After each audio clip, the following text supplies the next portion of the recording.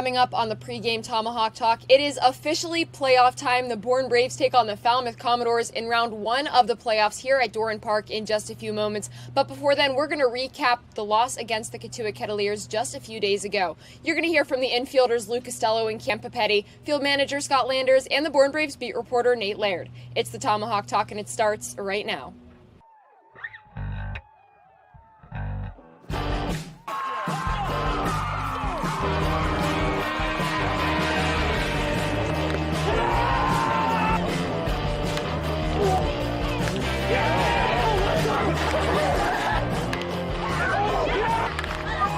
Left field, back on it, the left fielder approaches. It drops before the wall. Cooney scores. Simpson from third, around, touches home, and the Bourne Braves have the lead.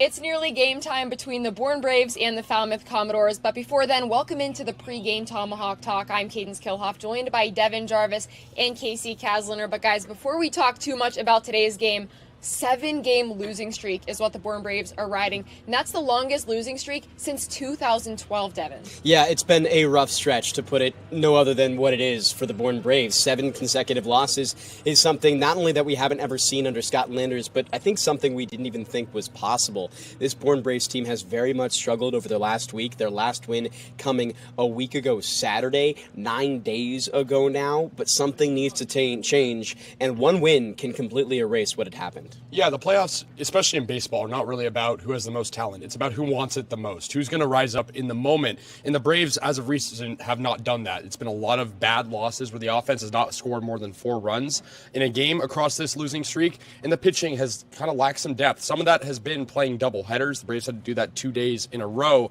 But again, losing a meaningless game to Katuitt, although it didn't bear any weight on the standings or the seeding, it does still keep the morale at a low. Winning a game going into the postseason can mean a lot more than people think, especially against a team like Katuitt you've beaten all year, even if it's against a team that you know you're better than. And in that final regular game of the season against Katuitt, the interim field manager, Ed Blankmeyer, even said just not everything can go right at the same time, and that's why the Braves keep losing these kinds of games. So let's check out the highlights from Sunday's matchup.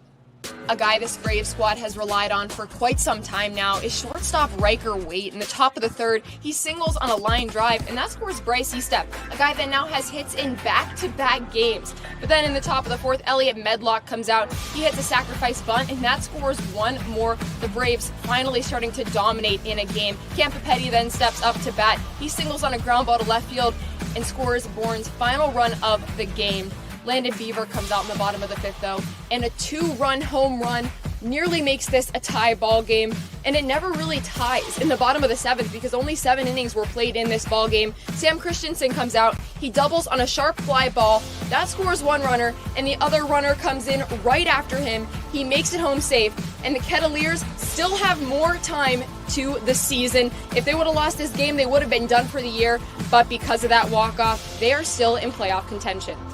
Cameron Seagraves, with his first ever start as a Brave, didn't do too bad. 2 innings pitched, no runs, no walks, and Cam Papetti with an RBI, as well as Riker Waite, who also had some great plays on defense, and he's the guy that the Braves are really going to need to step up today for the win. Yeah, with 3 major players not playing in that Sunday Katuitt game, Riker Waite was the only all-star the Braves had in the lineup other than Matt Bolton, and it was a solid performance from Riker Waite. We've seen that from him time in and time out. Defensively, he's been a bedrock to the middle of this infield, and offensively, it seems like he's producing in every game no matter what, whether it be with home runs or with singles and RBIs, just trying to get the ball rolling for the Braves. It's hard to take a game like that at face value. You mentioned the guys that weren't playing, and then also it's a bullpen game. Cameron Seagraves likely is not going to start a game in the postseason, is what I'm trying to say. And again, it's tough when you lose to a team like Katuitt, but I think if you're a Braves fan, you're optimistic that you only lose by 1, not having some of your key players, not using some of your better pitchers.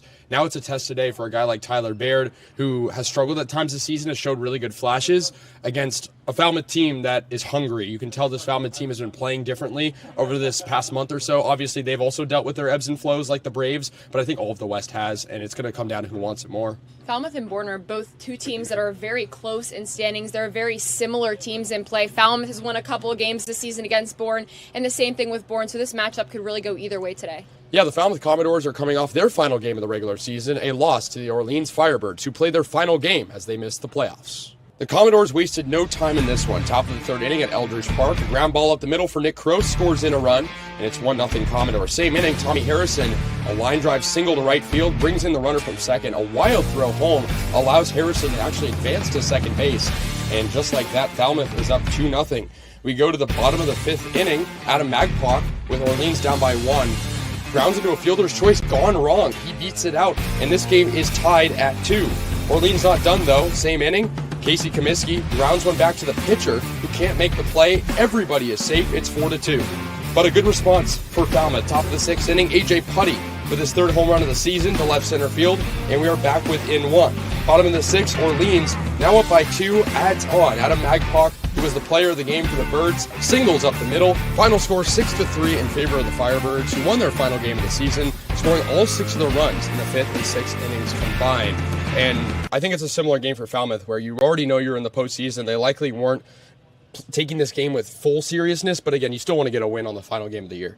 But also, that's not the only game that Falmouth has struggled in over the past few days. They fell to Wareham, they fell to Hyannis. So this is also a Commodores team that is really struggling, just like Bourne. Both of these teams really need a pick-me-up, and that's why I think this matchup is going to be really close. Yeah, 3 consecutive losses going into the playoffs. It's not as bad as 7, but it's certainly not a positive thing. But you're right, Kasey, on Sunday's matchup against Orleans, 5 players who will be starting for the Commodores today, not in that lineup. So a big difference as Jack Dahm looks to win his first playoff series. He's in his first playoff series in the Cape Cod Baseball League. It's not great having negative momentum going into the playoffs, but for both of these teams, 1 win can change that. It's very much a goldfish memory type of season. The Braves can struggle, but if they win one series, they once again feel like they can go back there and win the national or win the Cape Cod Baseball League championship. It's not like March Madness. You don't have to win 2-3 weeks of games. It's 1.5 weeks. You go out there, you play good baseball for 9 days, and you're going to be a champion.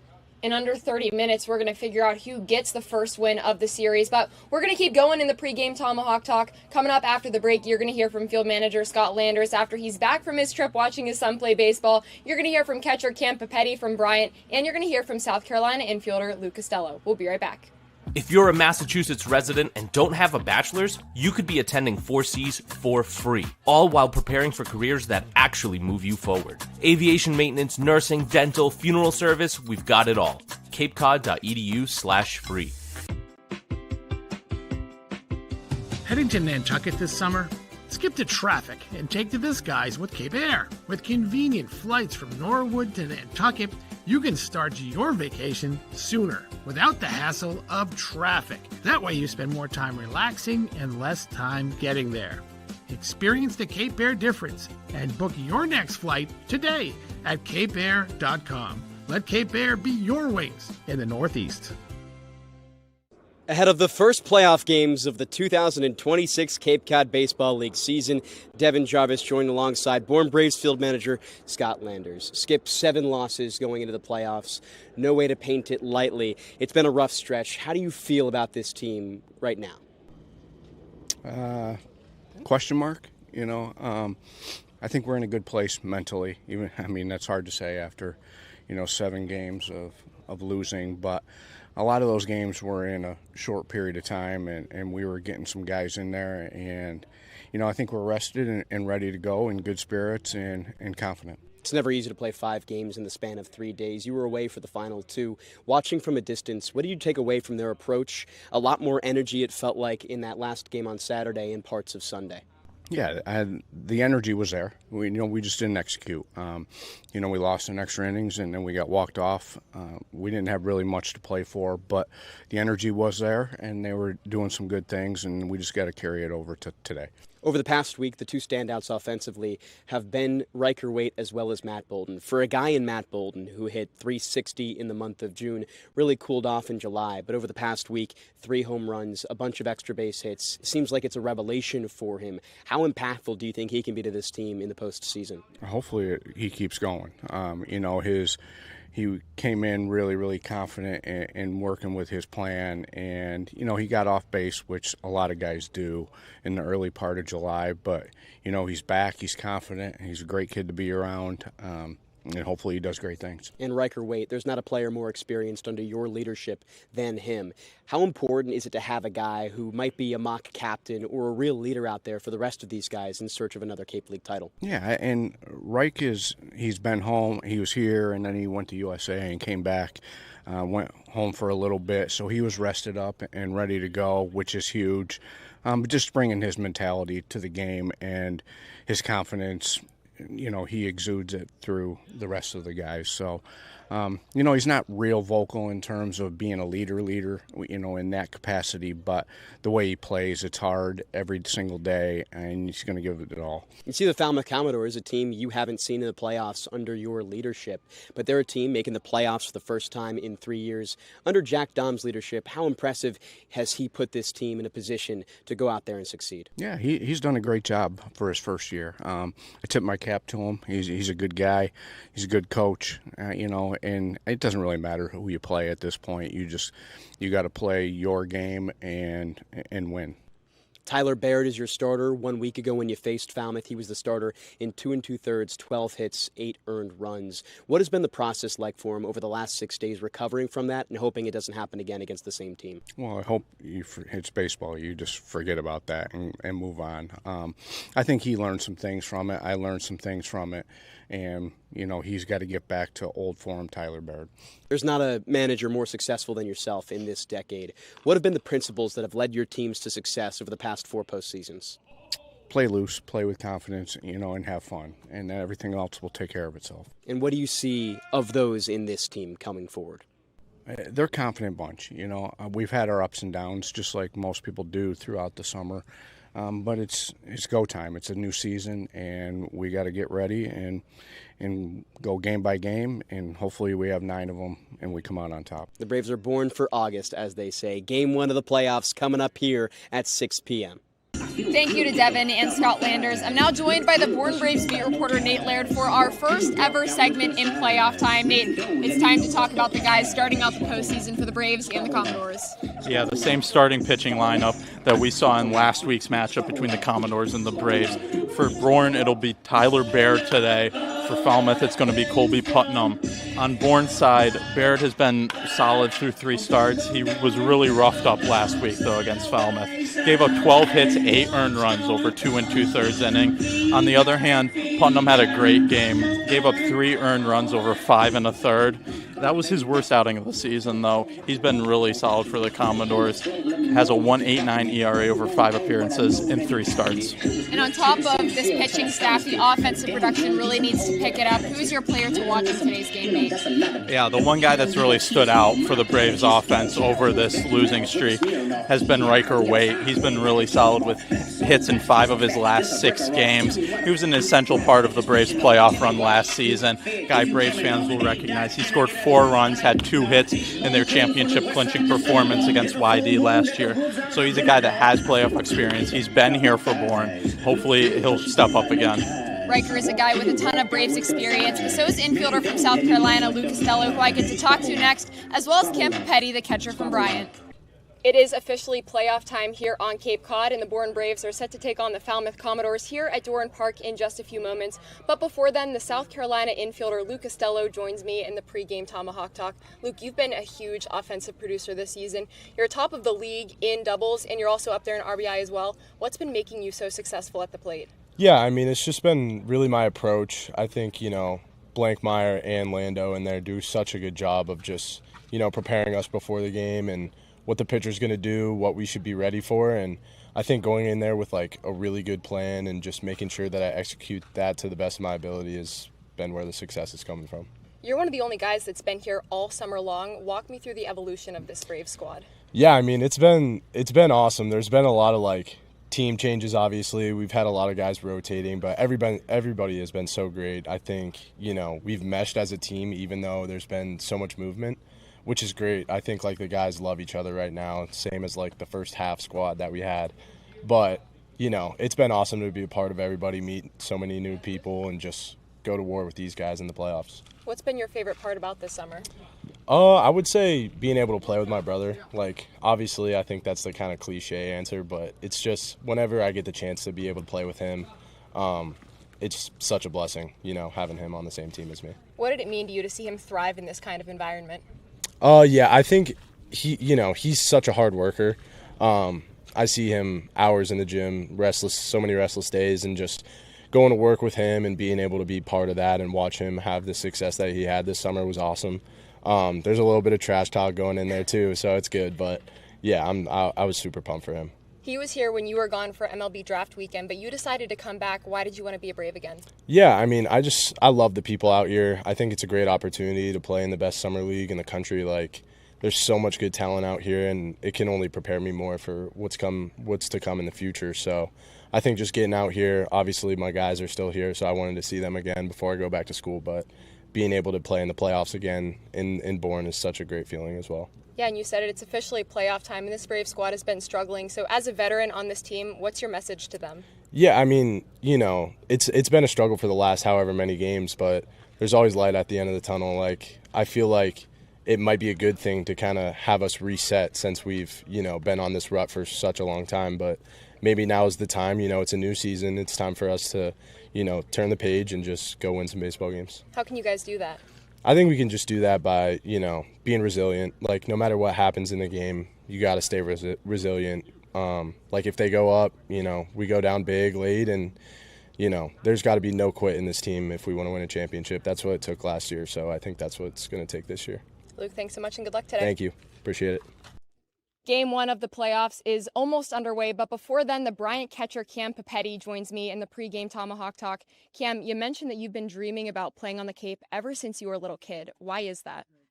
Yeah, I mean, it's a dream for every Northeast kid to kind of play in the Cape, right? I mean, anyone from the area, their dream for summer ball is always to play in the Cape. And actually, for me personally, my Nana lives in West Ennis, so I grew up going to the YD camps all the time. My grandfather was a big baseball fan. He passed a couple years back, but it was always, our dream together to kind of play in the Cape. And so when I got that call a couple weeks ago, it was a dream come true. My mom got a little emotional when I called her, just because she knows it's been a dream of mine. And I know he's up there watching me right now with a smile on his face. So it's always been a dream of ours, and I couldn't be happier. So, has your grandfather been your biggest baseball mentor? I would say so. Yeah, I mean, he would talk all the time about baseball, whether it's the Sox or whether it's YD, whether it's anything. But no, he's always been a big fan, and he's the man. So I know he's up there, very happy. So now that you're finally up here, what has this experience meant to you? It's awesome. It's awesome. The guys are awesome. Coaches are awesome. I mean, this is only day 4. But no, the 4 days that I've been here have been a complete blast and great group of guys, and hopefully we can get a ring out of it. So. You're coming over here from the NECBL alongside Max Farrell and Gabe Milano. How nice has it been to play with them the entire summer and then transition to Bourne with them too? It's awesome. It's awesome. Those two are good friends of mine. It's crazy because, I met them 2 months ago, but they seem like brothers already. So, coming here and having those two to kind of ease into it a little bit is special, and being able to experience it with them is also pretty fun. So, what kind of reps were you getting as an Ocean State Wave that you've been able to apply here as a Brave? Yeah, just getting at bats. You play a lot of games in that league, and just the at bats and the experience playing against good competition is good, and kind of carries over to here. Because you see a lot of NECBL guys coming down here for a temp contract for the playoffs and everything. So you see somewhat similar guys. Just getting all the reps you can, and the NECBL is important. So, is this league what you expected? It is. Yeah, no, it's fun. The crowds are awesome. I mean, we were at the Katuitt the other day, and that crowd is pretty fun. And I heard the crowd tonight's gonna be pretty cool. So, again, like going to these games as a kid, you're part of the crowd, but now you can kind of play in front of the crowd. So it's a lot of fun. Does it feel the same like when you were a kid? It does. It a little different? It does. No, it does. It's I still remember just playing those games out in the outfield at YD and trying to hit the ball as far as you can over the fence. And you're just doing that at an older age and a little higher stakes this time. But no, it's fun. You guys have the first game of playoffs today. How can the Braves start fresh and try to get the win and get another ring for this town?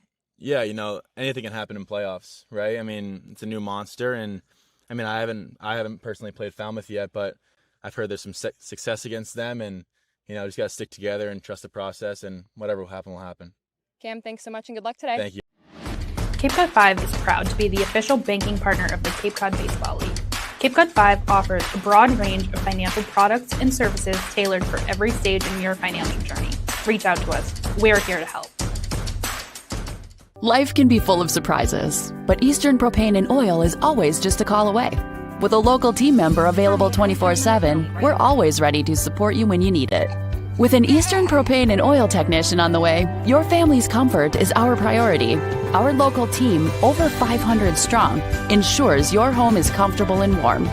Eastern Propane and Oil, a local team with 24/7 service and delivery, ensuring comfort when you need it most. Welcome back into the pregame Tomahawk Talk before the Bourne Braves take on the Falmouth Commodores in round 1 of the playoffs. Once again, I'm Kaydence Kilhof, joined by Devon, Jarvis, and Kasey, Kazliner. Guys, this is no secret. The coaches will say it, the players will say it. Bourne has struggled with execution for the past week now. What do you think they need to clean up the most to get the win today? I think you always have to see strong performances from relief pitchers in the playoffs. It was kind of what we'd known from the Braves for the entire season until this final week. They had the second best ERA in the Cape Cod Baseball League. They're still up there, not quite second anymore, not quite under 3 as a unit, but that was a really big part of the struggle for the Braves. The relief pitchers coming to the game for repeated times. We had seen no earned runs from that staff. That was not the case over the past week and over the 7 straight losses. You have to find more consistency out of the bullpen. They have a day of rest. You play a lot of games in a short amount of time. It's never going to be an easy hand to play, but it's necessary now. With the playoffs, no more room for error. You got to come out here and you got to see better performances from the bullpen. I'm going to go with the starting pitching because we've seen a lot of times in this losing streak that the Braves have given up 4 or more runs in the first few innings of play. You can look at the Harwich game a few days ago. That happened in that game. You can look at the last loss against Falmouth where they went down 10-0 to start after giving up 8 runs in the first 2 innings combined. The bullpen's important, but it's irrelevant if the starting pitching isn't going to do its job. It's a huge test for Tyler Laird today. He has struggled at times. He's a newcomer to this team if you compare him to the other guys on this roster. And again, we know that Scott Landers is kind of a pitching mastermind. He should be able to find a way, but he's going to put the trust in the starting pitching with his rotation. That'll be a little bit more set than what we saw in the regular season when it felt like more of a committee. Guys kind of stepping in and having roles, relief pitchers like Cameron Seagraves and other guys stepping in to make starts. You're not going to see that anymore. We're going to see a set rotation. Tyler Laird gets the ball today. There's a lot of trust in him. He has to go out there and make sure there isn't more than a few runs allowed across the first 3 innings of play. It's absolutely necessary. And overall, you have this Falmouth team second in the league in batting average. They like to hit. They have a really strong lineup from top to bottom with a bunch of new names that are immediately making a big impact. And Laird, last time against the Commodores, that game you mentioned, really struggled early on. 12 hits in just 2 innings for Laird. That would be the most hits at the time the Braves had allowed all season in a single game of 9 innings of play, and Laird allowed it in 2 innings. His whip is 2.6. You can't have that today against the Commodores. They're a team that likes to hit. They've got a very solid lineup. They've been playing some good offensive ball lately, so you have to make sure you limit the walks and you limit the hits from this Commodores team that likes to knock on singles and collect runs. But also the hitters really need to pick things up. Time and time again, we've talked about how we need leaders on this team. Andrew Costello, Blake Schaff, both of them left, and we're still waiting on that player. Riker Waite came back. He has stepped into that leadership role, but I think we need to see that a little bit more. But also, what about all these new guys coming in? Cam Papetti, we've got Max Farrell, we've got Gabe Milano, and these are all guys that have really shown some great promise since getting here. Ryan Pikatowski got here about a week ago. He hasn't been doing that great, but he's starting to finally make contact. He's starting to get on base, and this is a guy that we're really going to need to see produce more in playoffs. When I talked to Gabe Milano yesterday, he even told me that when they started out in the NECBL this summer, they were on the worst team in the league. They were excited to come here. They were excited to get some wins. And these are just guys that really want to put their heads down, get to work, and they're not ready to go home yet. They just got here. Yeah, Max Farrell as well as Gabe Milano, both players on the Ocean State Waves in the NECBL. They already have a full summer swinging a wood bat. That's why we've seen them settle in exceptionally well here. I think Gabe Milano has provided the smoothest defense at first base that we've seen all season long, despite the error that he had on Sunday against Katuit. And beyond that, Max Farrell's been kind of a revelation as a bat. He steps in here, adds some juice towards the bottom of the lineup. We'll see if he gets to start today. I would be shocked if Milano doesn't. Yeah, I mean, you look at this team as a whole, and the newcomers obviously have the most motivation right now because they're new. They don't want to go home yet. These guys just got here. And, I mean, everyone should be motivated. It's the playoffs. But those guys who are fighting for roles, if the Braves, live to see more series, are going to have increased roles. And to your point about the leadership, I completely agree. I think this team needs multiple leaders. players, though. I think, you look at teams that have star players but never make the playoffs, like the LA Angels in Major League Baseball. Mike Trout has made the postseason once in his career, and you could kind of apply that here in the Cape Cod Baseball League, where there's a lot of teams that have really solid individuals but haven't been able to win a lot of games. And the Braves don't want to be one of those teams. They want to have Riker Wade at the forefront, but they want to have guys like Luke Costello, Rustin Rigdon, Berkeley Mabius be the tertiary/secondary players to back him up, because that's what you need to win ball games at this level. And over the past week, I'm really excited to see how Matt Bolton can transfer what he had done into now the playoffs. He's been the best player for the Braves over the past week, and now it's time for him to really step up as a leader. He's been a guy who played the most games for the Braves all season long. He led the league in triples. He has struggled at points, but he's trending in the right direction for the most important time of the year. And he's a guy, almost an X factor, you need to step up around this time. He can certainly be a leader by setting an example what he does on the field. He's been great over the past week and been a very fun player to watch. Well, Devon, here's my question for you. Like you said, Matt Bolton has had his ups and his downs this season, but he has been the best player on this Braves squad. And how about Bryce Eastep, a guy that doesn't really produce much offensively, but he's amazing behind the plate. Now his hits in back-to-back games. What do you think is clicking for these guys right now? I think sometimes you just have a little bit of a jolt of energy. We saw those 2 home runs on Saturday night by Austin Hawk and Matt Bolton that got the dugout excited. Despite the loss on Sunday, the dugout again had motivation. They looked like they had energy and that they wanted to be there in ways they didn't on Saturday morning or any of the games on Friday. So it's important to have that. And for Eastep specifically, he's taken a little bit of a step back defensively since he came back from not playing for about 2 weeks.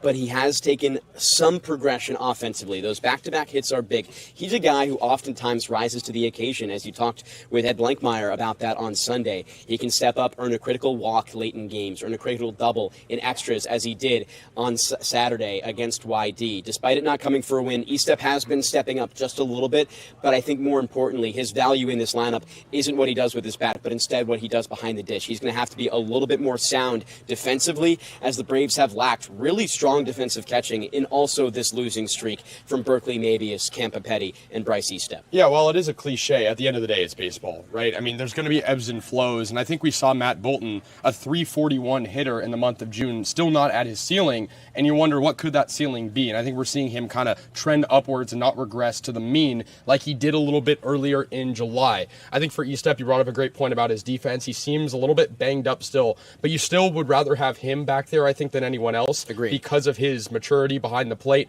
his inability to create lackluster mistakes like we've seen some of the other catchers do. But to your point, you need 1 through 9 hitting. It's the postseason. You can't have an automatic out in the lineup, and I don't think anyone has been recently. I just think the offense has not manufactured. A lot of guys are getting on base, but not necessarily producing when needed most. The Braves have been known this season for a team that has left a lot of guys on base, who has not produced a lot with runners in scoring position. You just cannot do that in the postseason. Every base runner is going to matter from here on out. And just one more thing on Bryce Eastep. He was calling pitches on Saturday and Sunday night. Shouldn't greatly affect your defense, but it does bring your mind focusing on one more thing than you usually do. Yep. Now back to Scott Landers calling pitches, so maybe a little bit of an ease of tension for Eastep when he's focusing on playing defense as a catcher. And who knows, it might have been nice that Scott Landers took a step away from the players and now they're ready to just come in and a spark is lit up under them. I actually spoke to Matt Bolton at the game on Sunday, and I asked him how he's felt his play progress since it's the last game of the season, and he's one of the only guys that's been here the entire year. He said that he's just felt himself grow so much on and off the field, and especially at interviews. Not to toot my own horn, but Matt Bolton has definitely got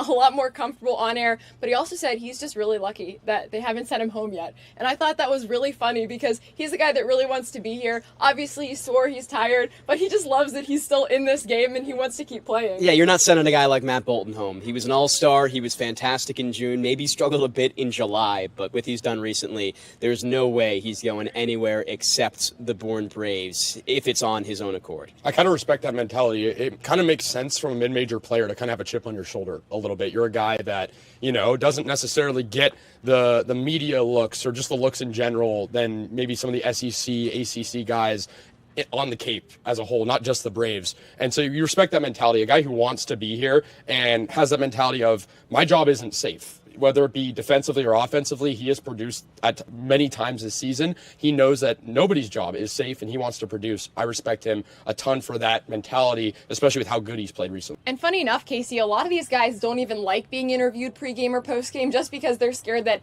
I'm going to send them into a slump. But I will have you know that as soon as I interviewed Andrew Costello for the first time, he did end up going yard. But we are up against game time. The next time you see us, these guys will be on the call, and you'll catch me on the sidelines. Reader's Hardwood Supply is a candy store for wood, whether you're a professional or an amateur. Reader's Hardwood Supply carries over 70 species of both domestic and imported lumber from around the world, displayed in over 300 self-serve bins for your selection.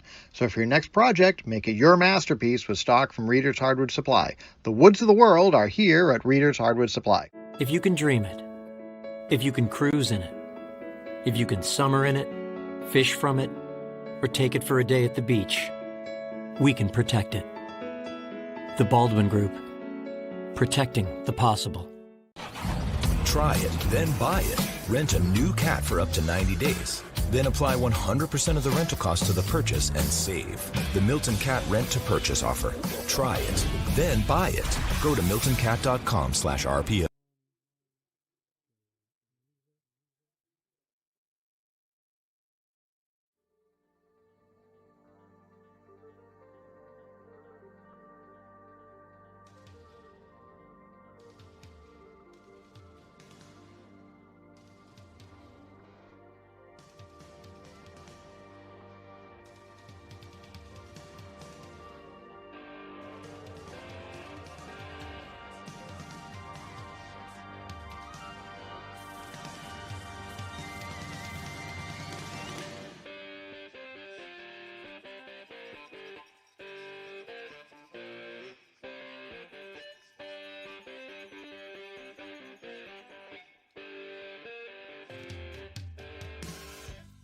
Welcome to the playoffs. It's the Bourne Braves and the Falmouth Commodores in Game 1 of this Western Division Series matchup at Doran Park. Alongside Devon, Jarvis, I'm Kasey Kazliner as the Bourne Braves try to defend their 2025 title, and the Falmouth Commodores look to win their first championship since 1980, 46 years ago.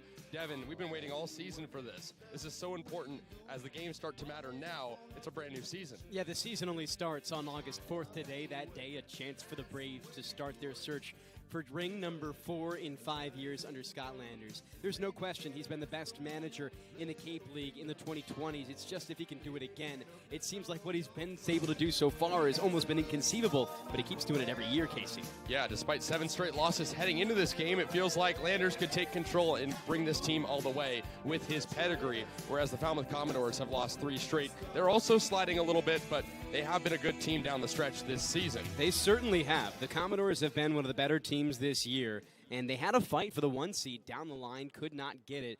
But overall, Kasey, today should be a tough matchup against 2 teams, like you mentioned, trending in the wrong direction. The third member of our crew, Kaydence Kilhof, is diamond side. Kaydence, what's up?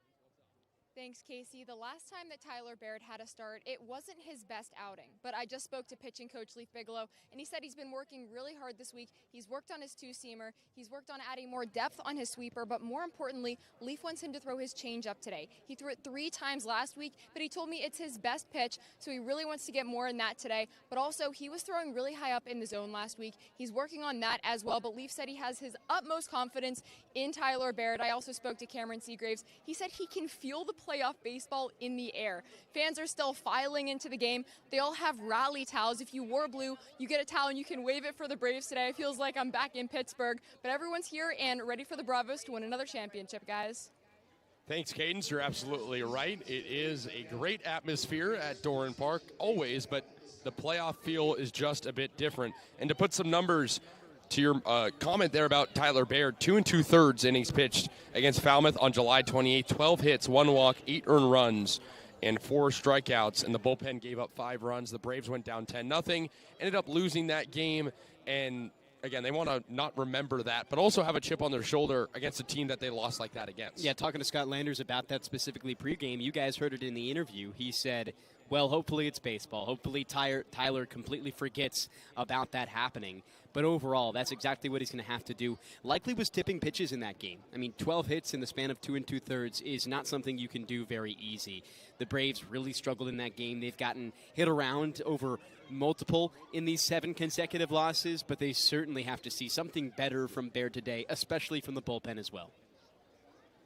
We talked about it already, but Scott Landers knows more than pretty much everybody in the CCBL what it takes to not just win a championship, but be consistent in the playoffs year to year, as we've seen him be the most consistent manager. Others have been consistent in the past, like Scott Pickler, three-peat for YD about a decade ago, but nobody in the present has done what Scott Landers has done. And that's what makes it most impressive, right? This is the best the Cape Cod Baseball League has ever been. It's the hardest to recruit with NIL, with the transfer portal. People don't want to stay.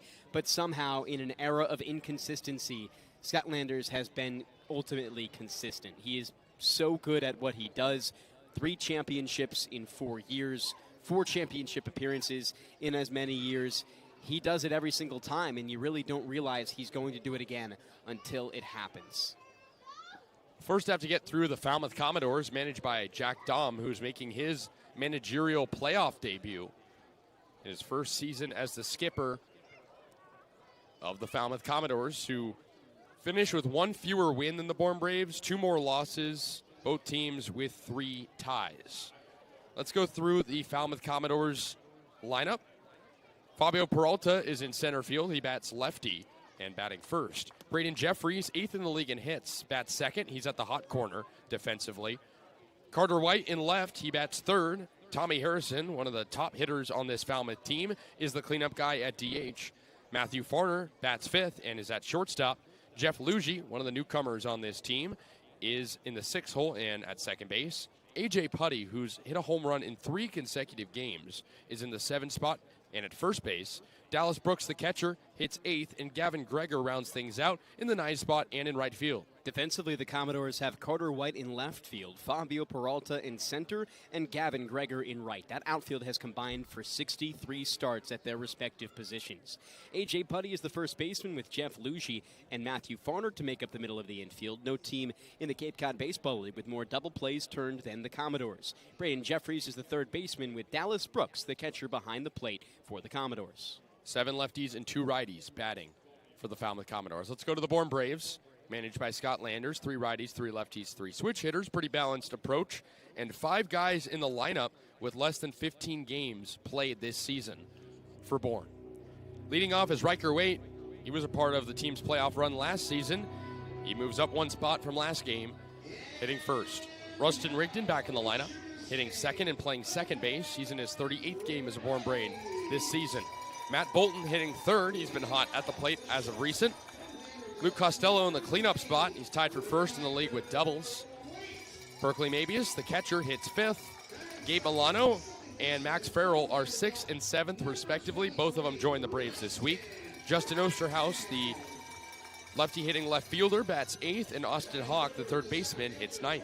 It's Justin Osterhaus making his 3rd start of the season in left, with Matt Bolton in center and Luke Costello in right. First base around the horn, Max Farrell, Rustin Rigdon, Riker Waite, and Austin Hawk. No Bourne Brave has more than 10 starts at each of their respective positions in the infield so far this season, with Berkeley Mabius behind the dish. Typically the designated hitter for the Braves, they elect for him over Bryce Eastep defensively. No Bryce Eastep in the lineup today. And a reminder that this is a best-of-3 series. Game 1 tonight at Dorn Park, Game 2 tomorrow at Gov Fuller Field, and Game 3, if necessary, back at Dorn Park as the Braves get home field advantage as the higher-seeded team. We will step aside here on the Bourne Braves Broadcasting Network. Braves and Commodores playoff baseball coming up in Bourne in just a moment.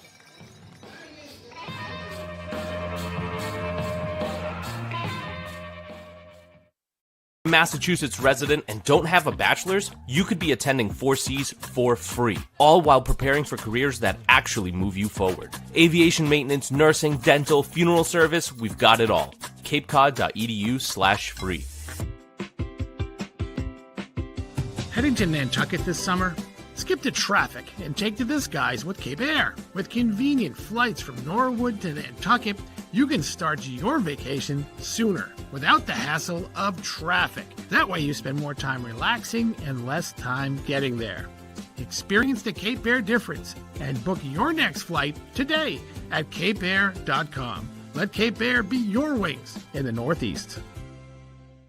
If you can dream it, if you can cruise in it, if you can summer in it, fish from it, or take it for a day at the beach, we can protect it. The Baldwin Group. Protecting the possible. Cape Cod 5 is proud to be the official banking partner of the Cape Cod Baseball League. Cape Cod 5 offers a broad range of financial products and services tailored for every stage in your financial journey. Reach out to us. We're here to help. Try it, then buy it. Rent a new cat for up to 90 days. Then apply 100% of the rental cost to the purchase and save. The Milton Cat Rent to Purchase offer. Try it, then buy it. Go to miltoncat.com/RPO. Reader's Hardwood Supply is a candy store for wood, whether you're a professional or an amateur. Reader's Hardwood Supply carries over 70 species of both domestic and imported lumber from around the world, displayed in over 300 self-serve bins for your selection. So for your next project, make it your masterpiece with stock from Reader's Hardwood Supply. The woods of the world are here at Reader's Hardwood Supply.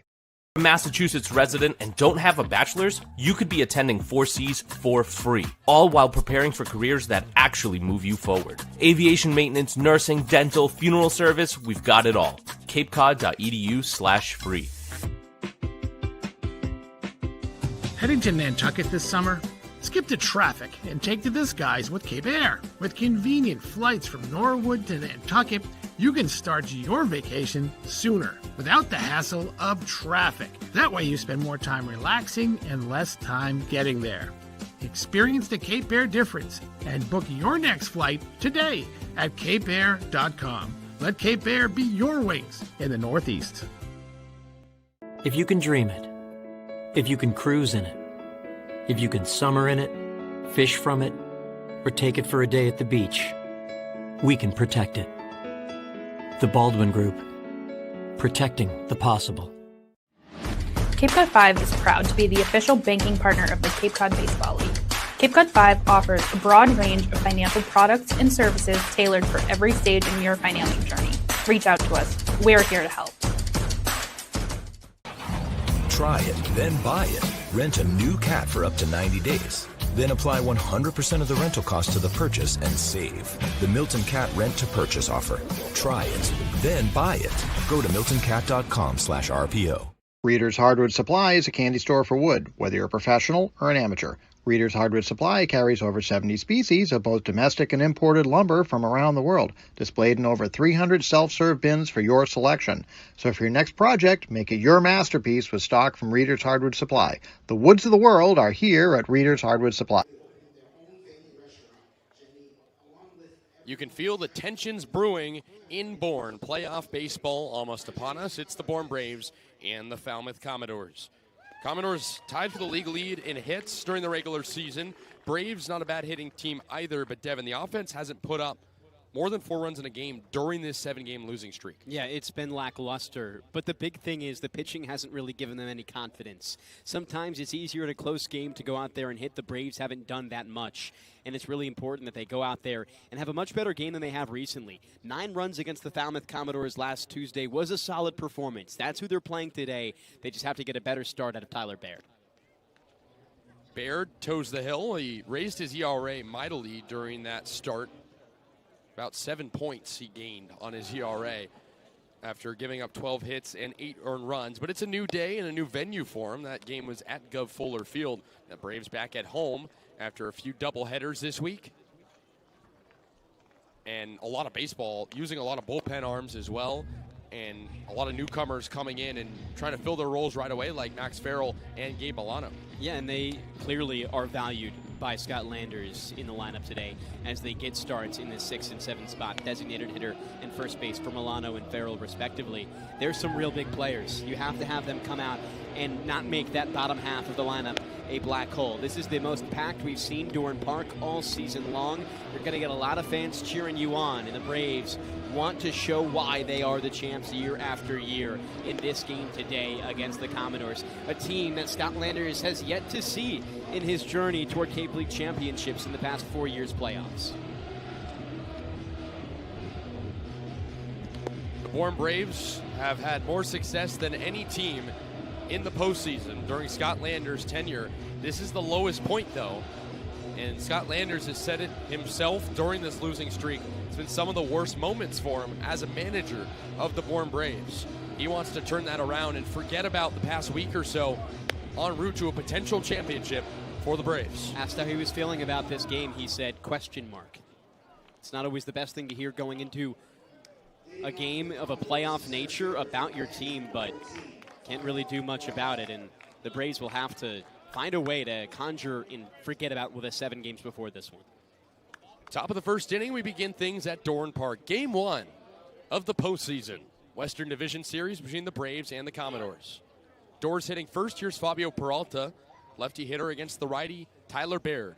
7 lefties in this order. First pitch home. Peralta cracks it back foul off the catcher. 0-1.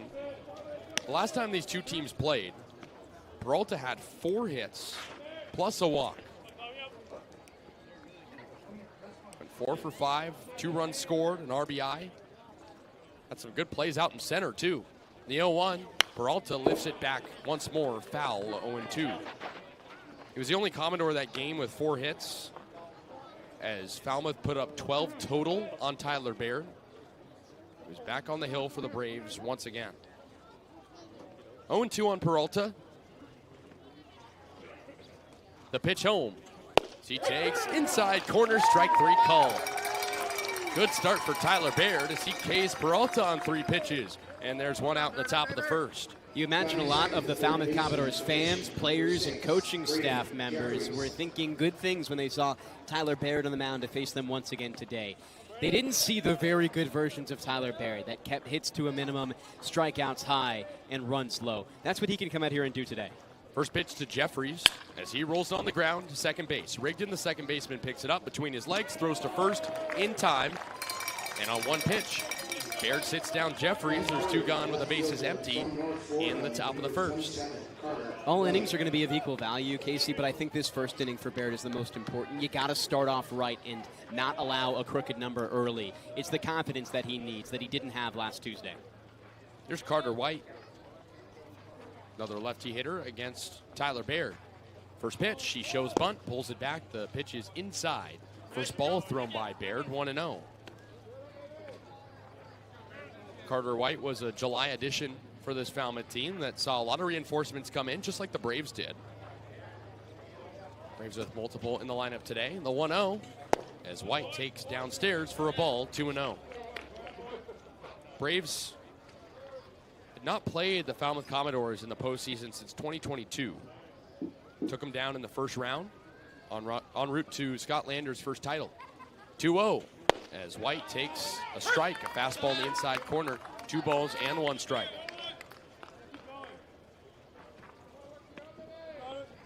First playoff run for Jack Dahm, the skipper for Falmouth. On the opposite end of the spectrum, the 2-1, White takes inside, 3 balls and 1 strike. It's interesting to see a couple of first-year skippers in the West, Jack Dahm and Rob Cooper, both make the playoffs. It's such a contrast to the East Division with so many decade to tenured managers. Here's the 3-1 to White as he takes low, ball 4.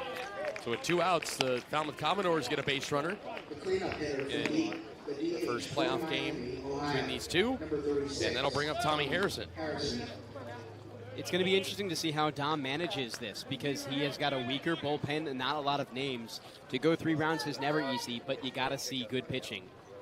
That's what the Braves have won off of in recent years.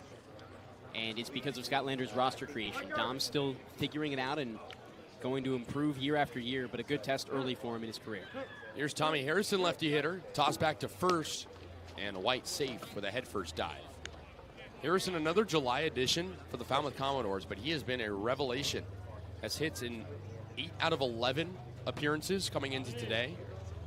OPS over 1,000, a 300 average. First pitch, high, 1-0. Looked like Carter White at first thought about going, but tracked back to first. So he stays put for now. Harrison had a big game against Bourne in the last matchup as well. Went 2 for 4, 3 RBI. 2 of those came off a 2-run homer. 1-0 pitch. Harrison swings and misses. Early on the breaking ball downstairs, it's 1-1. Be interesting to see how Jack Dahm approaches the run game today. Peralta at the start of the lineup, top in the Cape Cod Baseball League in steals, but not many other guys jumping off the page. Berkeley maybe is a guy who has struggled recently throwing out runners. Big lead at first base for White, and a toss back there. Nearly got him, but he's safe. Long pickoff move for Tyler Baird there. If he shortens it up, he likely could get White, but he's got a lot of time to jump back to the base with that move. Righty pitcher doesn't have the view on him at all times, like a lefty would. 1-1 on Tommy Harrison. 2 gone in the top of the first with a man at first base for the Commodores. The 1-1 runner goes as Harrison cracks it straightaway center field. Bolton ranges back, and he makes the catch in medium center to retire the side. Baird walks one, but no runs across for the Commodores. We go to the bottom of the first inning. It's the Braves' turn to hit in Game 1 of the playoffs.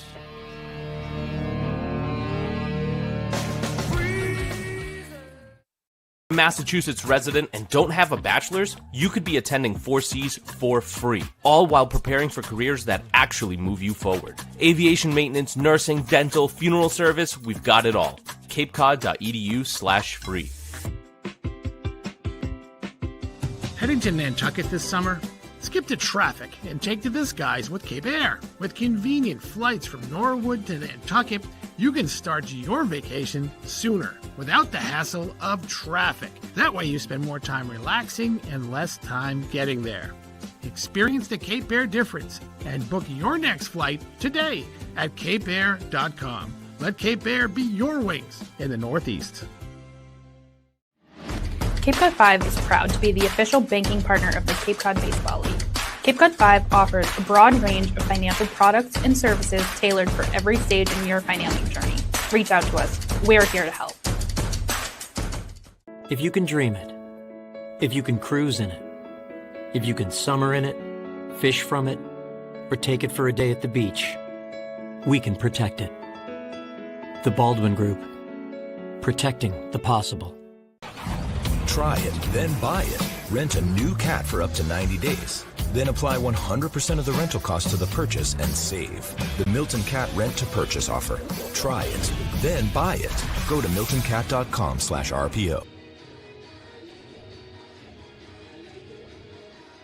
Tyler Baird pitched a scoreless top of the first inning. Now it's the Bourne Braves' turn to hit against Colby Putnam, who Devon has been a very solid pitcher on a Falmouth Commodore team that is last in the league in ERA.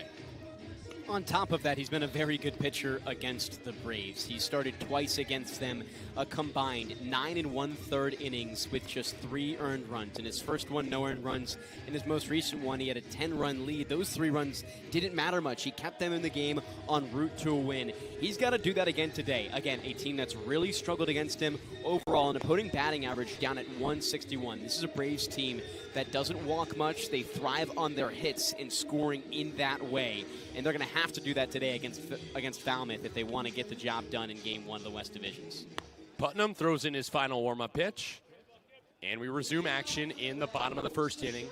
Game 1 of the Cape League playoffs, Western Division Series between the Braves and the Commodores. It'll be Riker Waite, Rustin Rigdon, and Matt Bolton due up against Putnam. Switch hitter, lefty. Waite in his 11th game this season as a Bourne Brave was a part of the championship run last year, one of the key returners on this team. Switch hitter batting lefty.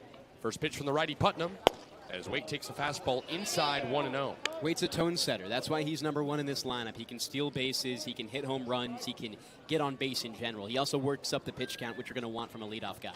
1-0 pitch. Waite lifts it left side out of play and foul, 1-1. Talking about last year, he was 4th on the Braves with 31 hits. Co-led the team with 17 RBI, and he was a youngster. He was just 18 at the start of the season, 19 by the end. 1-1 home. Waite takes outside, 2 balls and 1 strike.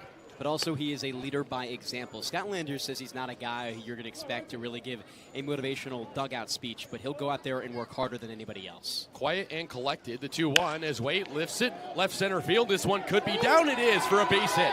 It rolls toward the track, finally picked up by the left fielder White. It's a stand-up double for Riker Waite, and the Braves lead off the bottom of the first with a bang.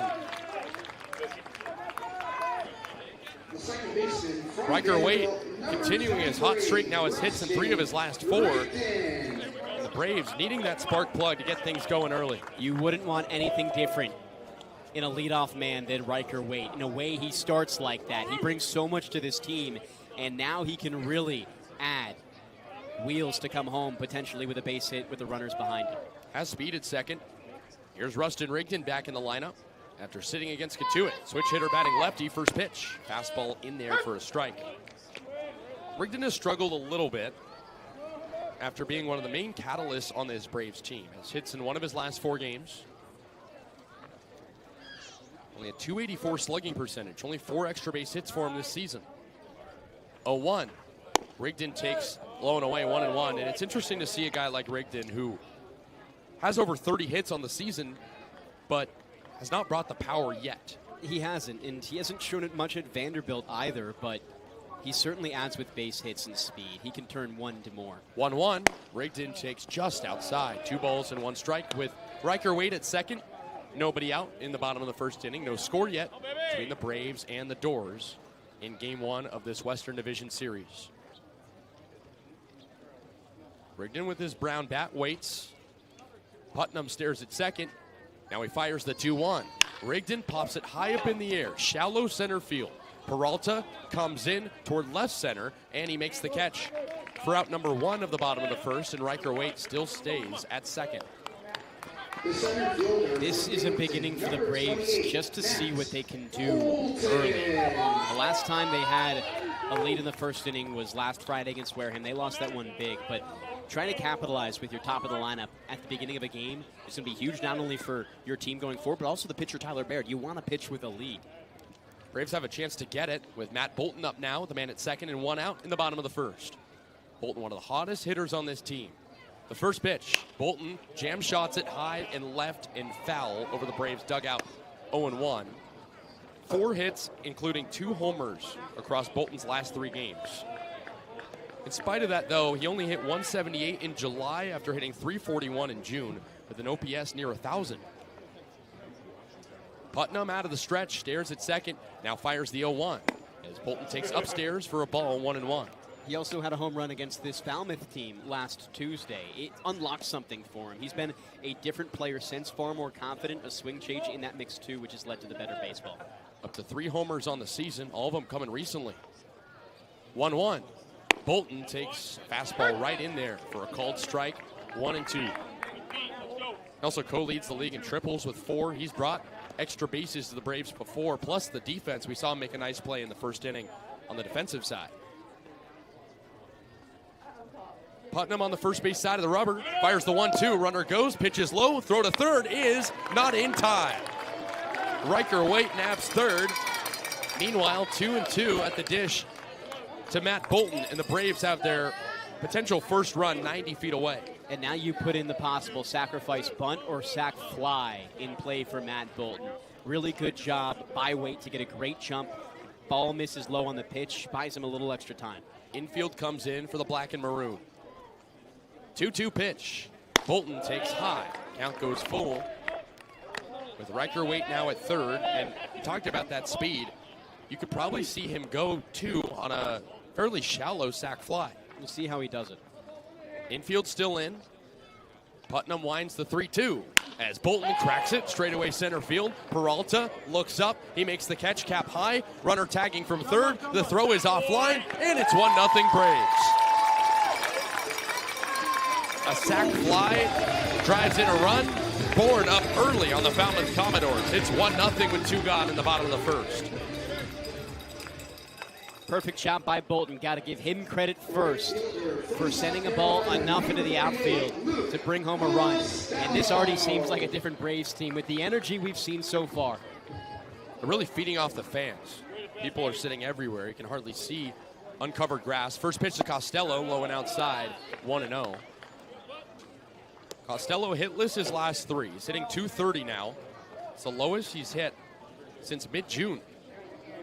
1-0 as Costello takes an outside corner strike. 1-1. Bases empty and 2 gone in the bottom of the first inning. Braves up 1-0 over the rival Commodores. Braves went 2-2-1 against Falmouth.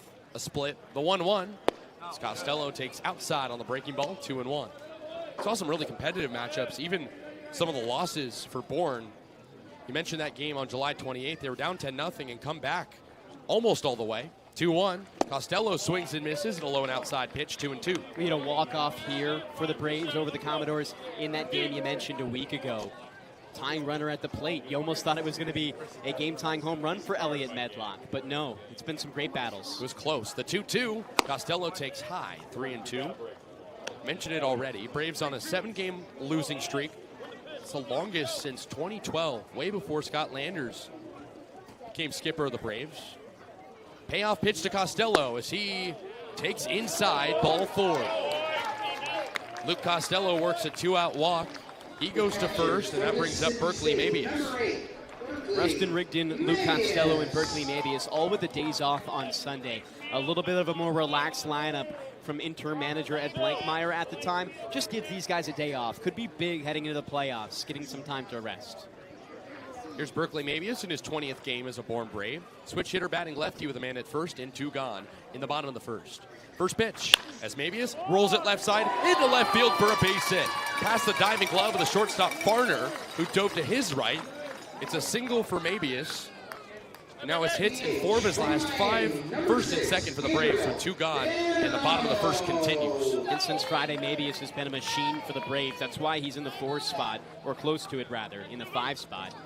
He's been great, struggled 2 weeks ago because of the stats, just couldn't find barrel the ball. Now he is, and he's dangerous. Here's the lefty hitter Gabe Milano. Joined the Braves this week. Searching for his first extra base hit in a Braves uniform. First pitch home as Milano takes high, 1-0. Runners at first and second, 2 gone in the bottom of the first. Braves with the lead. Started out with a double, a fly out, a sac fly out, walk, and a single to bring up Milano. 1-0 pitch. Milano takes upstairs for a ball, 2-0. Milano began his Bourne career with hits in back-to-back games, then went hitless in the loss against Cotuit when the Braves got walked off against the Kettleers, who kept their season alive and are now in the postseason. Hitters count 2-0. The pitch as Milano swings and misses at a fastball high, 2-1. Milano and the next hitter, Max Farrell, both joined the Braves recently. Both of them have been massive, despite the Braves not winning yet with them in the lineup. Putnam set on the first base side of the rubber, stares at second, now fires the 2-1 as Milano lifts it back foul, 2-2. The new guys in Papetti, Milano, and Farrell, Papetti not in the lineup today, all come from the Ocean State Waves in the NECBL. It's the next best college summer league in the country, so they've got high-level playing with a wood bat in their hands. It's just how they settle into the Cape here. Don't be too aggressive. Stay in your own shoes. Putnam set. Now fires the 2-2. Milano swings and misses at a low breaking ball. It's a drop third strike. Brooks picks it up, throws to first in time, and that'll retire the side. Braves with a run on 2 hits and 2 left. We go to the top of the second. Falmouth coming up, down by 1.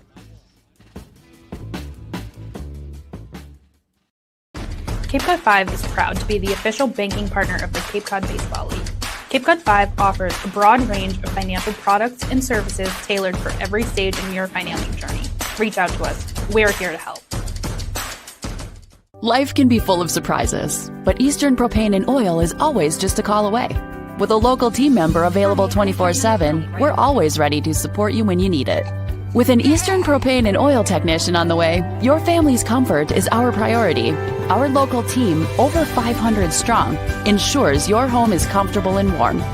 Eastern Propane and Oil, a local team with 24/7 service and delivery, ensuring comfort when you need it most. Reader's Hardwood Supply is a candy store for wood, whether you're a professional or an amateur. Reader's Hardwood Supply carries over 70 species of both domestic and imported lumber from around the world, displayed in over 300 self-serve bins for your selection. So for your next project, make it your masterpiece with stock from Reader's Hardwood Supply. The woods of the world are here at Reader's Hardwood Supply. If you can dream it, if you can cruise in it, if you can summer in it, fish from it, or take it for a day at the beach, we can protect it. The Baldwin Group. Protecting the possible.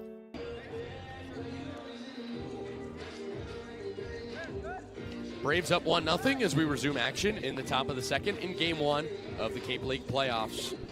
They'll face Farner, Luigi, and Putty.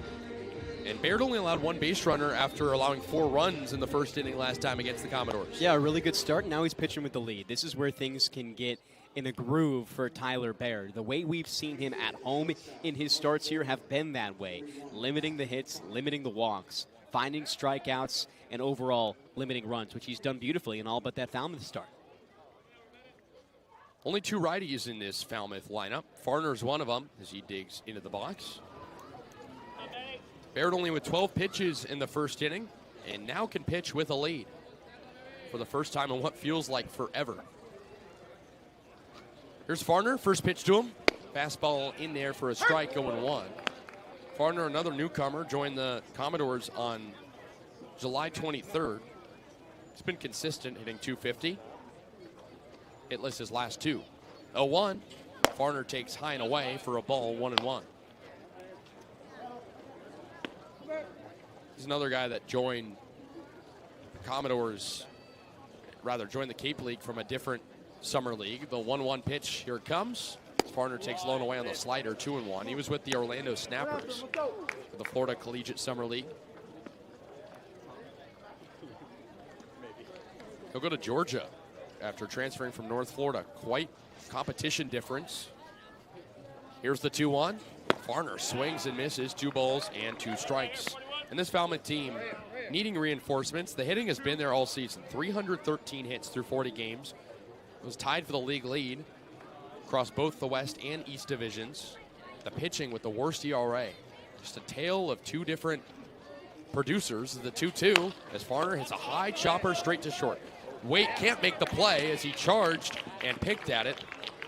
We'll see probably an E6 and no, a hit. So Farner reaches on an infield base hit on a botched play by Riker Waite, and the Commodores have a base runner for the 2nd inning in a row.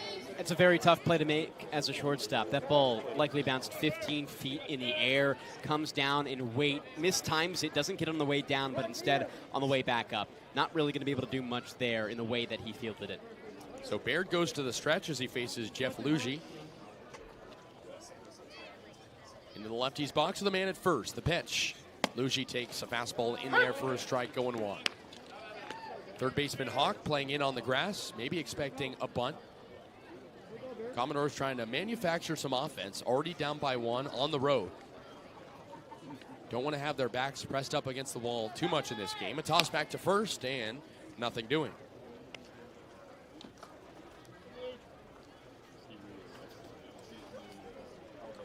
Commodores have not won the Cape League Championship since 1980. Still have 14 championships, though, overall. Second behind Cotuit. The 0-1. Low pitch, a check swing, called a strike. No balls and 2 strikes on Lugie. Drought has spanned over generations, but Commodores team confident with first-year manager Jack Dahm. Toss back to first, and once again, nothing doing. But I was going to say, you can't underestimate a team like Bourne that has so much experience in the postseason, even with an almost entirely new roster. Postseason experience is huge, especially for a manager. Falmouth, 3 managers in 3 years. Hard to build something in that situation, Kasey. Lugie, a former Harbor Hawk last summer. Toss over to first once more, and Baird can't beat Farner, who's safe. 0-2 with 1 out on Jeff Lugie. Braves up 1-0 on the Commodores. Here in the bottom of the first at Doran Park. Fans still trickling in, coming from the parking lot, wanting to see their team in postseason action. 0-2. Lugie lifts it back over the screen. Foul. Count remains at 0-2. And you really have no idea how these playoffs are going to turn out. Last year was the 4 seed from the East, the 1 seed from the West. And today, the 2 top teams by points in the Cape Cod Baseball League down by a combined 7 and 4, respectively. YD and Brewster. You just never know. I mean, that kind of goes for all levels of baseball, but especially here. All the roster turnover, another throw over to first. Farner safe. But really, anybody can beat anybody, and also with 80% of the league qualifying for the postseason. It adds to that point as well. There's a lot of parity from top to bottom once August starts. 0-2 to Farner, rather Lugie, as he swings and misses. Baird with his second strikeout, first one swinging. And there's 1 out in the top of the second with a man at first. I think you got to get Farner on the move here soon. 3 for 3 stealing bags in just 8 games heading into today. Berkeley Mabius is a guy you can test if you're Jack Dahm. And that can certainly jumpstart for a bottom of the order that doesn't have the most glamorous of stats, but overall limited play time. Here's A.J. Putty. First pitch to the righty as he takes outside corner for a called strike 0-1. Putty has homered in 3 consecutive games. Before the 3 homers and he towered out of the ballpark, no Commodore had 3 homers. Not a team with a ton of power across the board. The throw over to first, and Farner safe. Putty, a guy you got to be careful against. Against Bourne last time, he didn't play actually in the July 28th game. He struggled, though, the game before that. The 0-1 as Putty takes away 1-1. And we've seen that before. Guys who maybe aren't necessarily superstars but have superstar numbers aren't the same player against Bourne's pitching. That's the way it's been so far this year with a bunch of the award winners that are being announced today. Smolinski, Lee, etc. 1-1. Putty takes a changeup in there for a strike 1-2. And Laird leaving a lot over the heart of the plate, but it's working so far. It didn't work for him last time, and that's the only scary thing. He's doing a little bit better at locating his pitches. Velocity is up, and of course, he's concealing the signs. That's the biggest thing. He's set on the first base side of the rubber with a man at first. Farner with a big lead and a throw over there. Probably a smart decision by Laird, but nothing doing. With 1 out in the top of the second. Braves up 1-0 after a double and a sacrifice fly, plus a stolen base. Can't leave that out from Riker Waite. Laird set once more, the 1-2, as Putty rips it foul right side of the screen. Count remains at 1-2. Putty homered against Orleans, Wareham, and Hyannis. Definitely a spectrum of quality of pitching staffs among those 3, but he's been consistent across the board. Hitting .313 this season. 1-2. Putty breaks his bat, rolls it softly to second. Rigged it, picks it up, tags the runner, and a throw to first in time. Rustin Rigdon flashes off his defense. A 4-3 double play sends us to the bottom of the second. Bourne up 1-0 here in the postseason at Doran Park.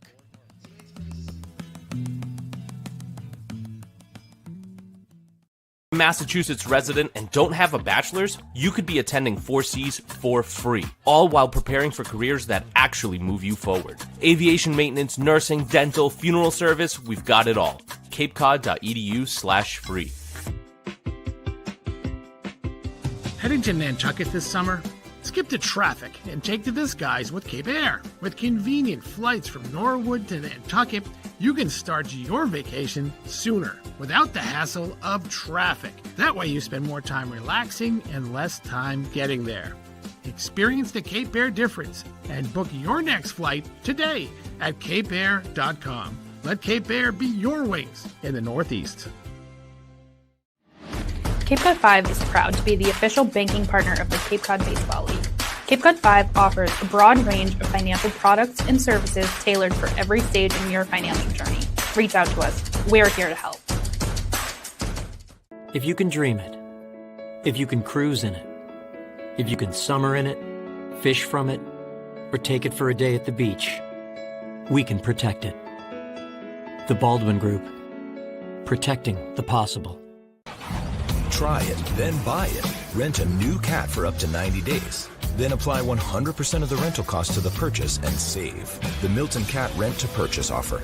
Try it, then buy it. Go to miltoncat.com/RPO. Bottom of the Braves order, 7-8-9, due up against Colby Putnam in Game 1 of this Western Division Series.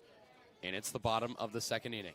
Braves up 1-0 after a double, stolen base, and a sac fly in the first. And now looking for an add-on against Putnam, who has been one of the better Falmouth pitchers this season. But he got hit around a little bit in the first, also walked one. So it'll be Farrell, Osterhaus, and Hawk, 3 guys who joined the Braves in July. Farrell digs into the righty's box, the first pitch. As Farrell rips it up the middle into center field for a base hit. About 2 feet to the left of the second base bag. And in back-to-back innings, the Braves have a leadoff base hit. It's huge, especially for Farrell, too. Coming off a game on Sunday, 0 for 3 with 3 strikeouts, Kasey. Never promising to see something like that for a new guy when he had showed production and you weren't sure if it was consistent. That was his first game going hitless as a Bourne Brave. Granted, he's only played in 3 coming into tonight. Here's Justin Osterhaus in his 13th game as a Brave. 1 of 5 in the order today. Has played less than 15. First pitch. Fastball outside corner for a called strike, going 1. Osterhaus, a lefty hitter, 1 of 3 in the lineup today for Scott Landers, who's back managing the Braves after spending a couple days up in Cooperstown to watch his young son play up there. Man at first, nobody out, the 0-1 pitch. Osterhaus cracks it the other way to left field. In the ballpark for White, about 5 steps in front of the warning track. He makes a cap-high catch in straightaway left for the first out of the bottom of the second. Man still at first. Braves not seeing a ton of pitches right now, especially in this inning. You want to stretch out the starter. This is a Falmouth team with a very weak bullpen. Only really 4 or 5 great arms that they have to offer. You got to get through them fast, because if you don't win today, they're not going to have those arms coming into game 2 or 3 where you can really take advantage late in games. Falmouth with a team ERA of 5.35. That's the worst in the Cape League in the regular season. So here's the last hitter in the order, Austin Hawk. The man at first and 1 out, righty-on-righty matchup. First offering, runner goes, Hawk takes for a strike. The throw to second is not in time. Farrell with a stolen base. The Braves' second swiped bag of the day, and another runner in scoring position for Bourne.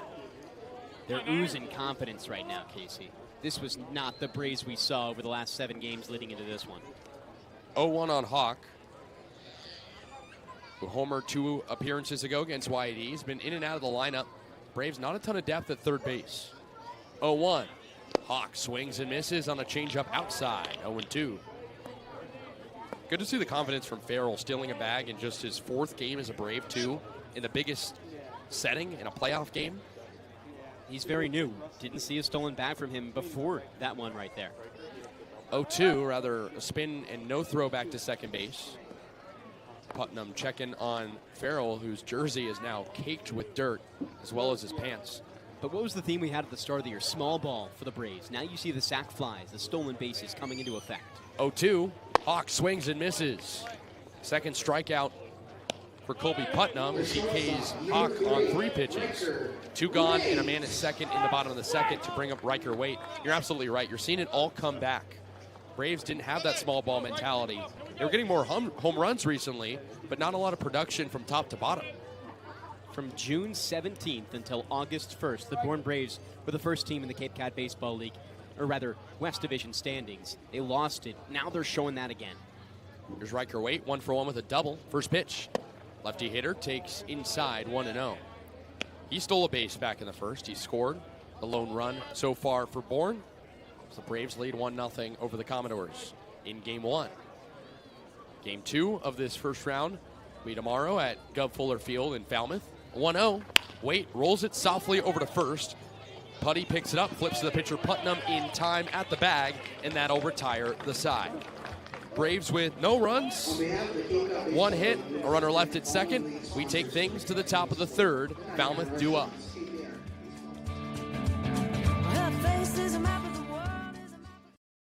Cape Cod 5 is proud to be the official banking partner of the Cape Cod Baseball League.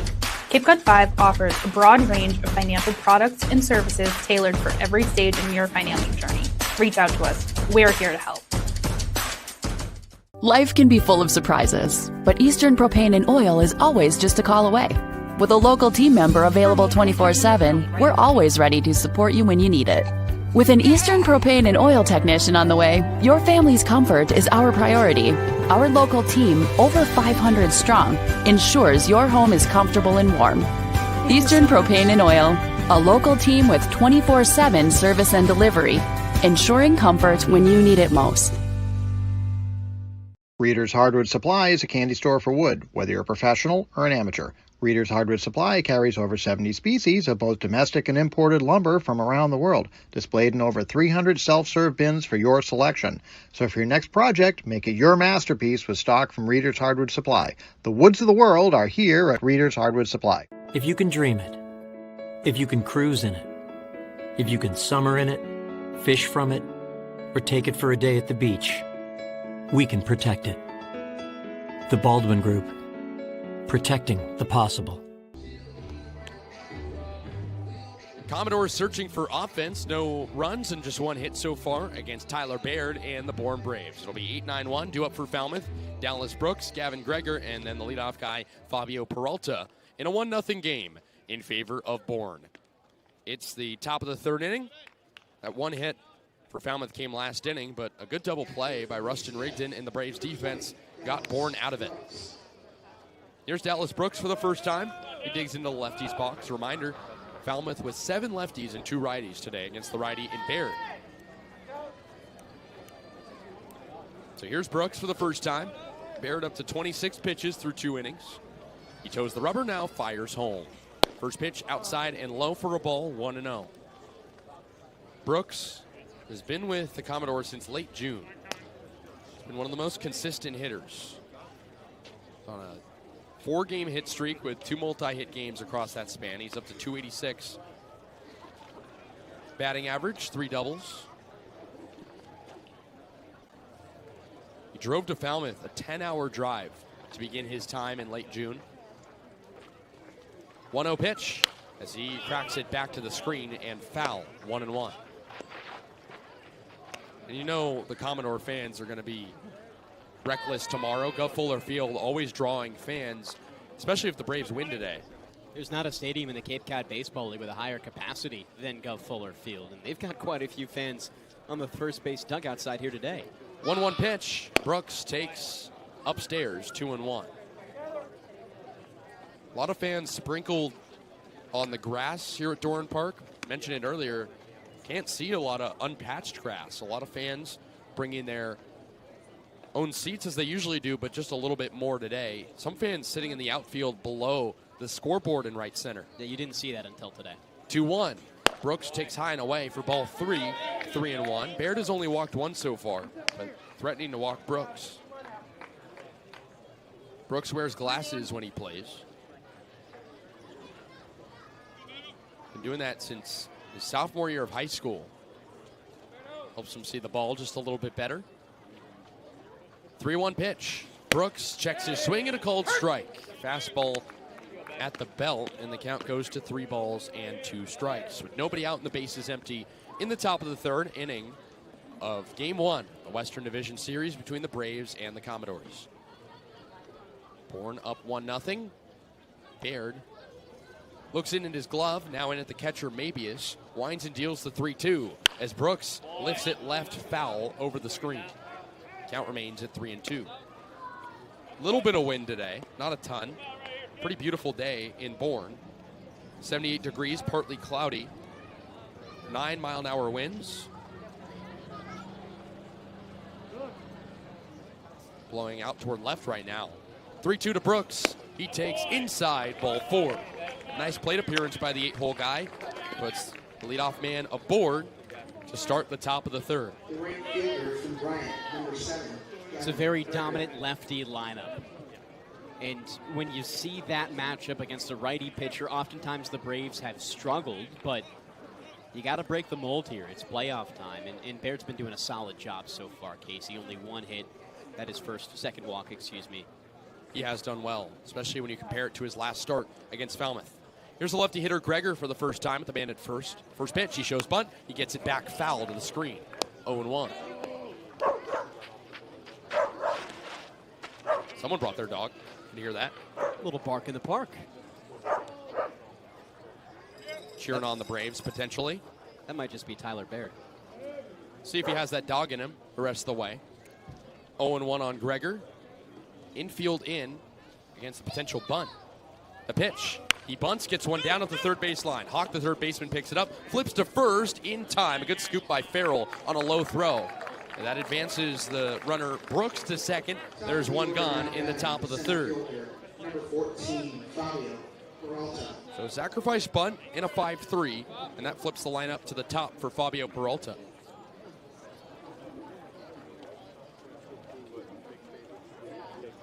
Peralta, who's considered to be one of the most well-rounded players on the Falmouth Commodores when you include defense and his bat. struck out looking to begin the game in the first. And it feels like that opening strikeout set the tone for what has been a very solid performance from the Braves so far. Did it on 3 pitches, too. It was a big confidence booster for Baird. He's shown a lot different playing since that last Falmouth outing. First pitch to the lefty hitter with a man at second as he rolls it straight into the dirt, foul. 0-1. It was a clean inning for Baird in the first. Faced 4 guys, walked 1, but good defense behind him so far.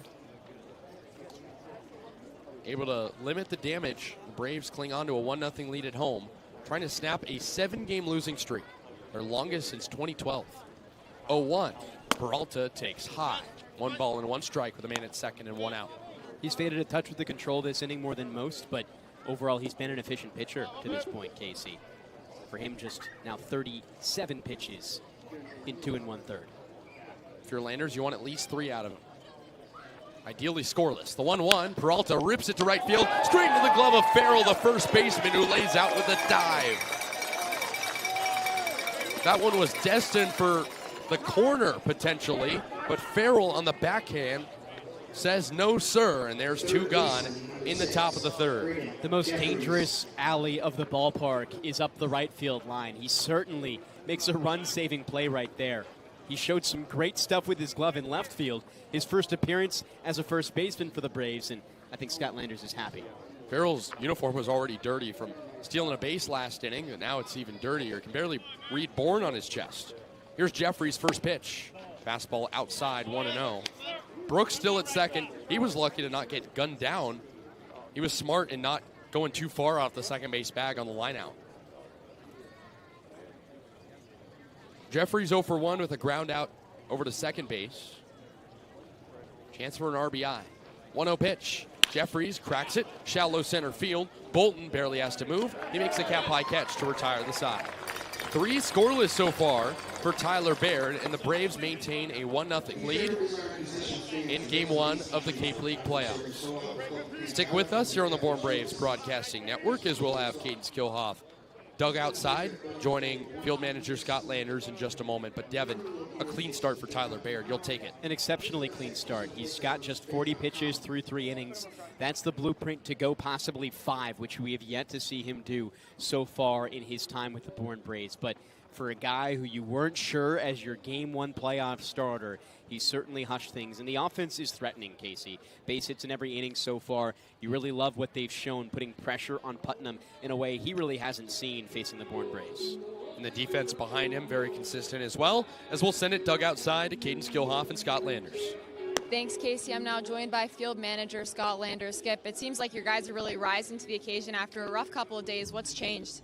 I mean, we're only through 2.5 innings, but we're focused right now. We're having fun, and we got the leads. We got to capitalize and keep the momentum going.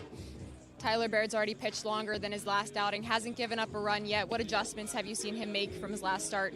He's just hitting more spots and making pitches when he has to.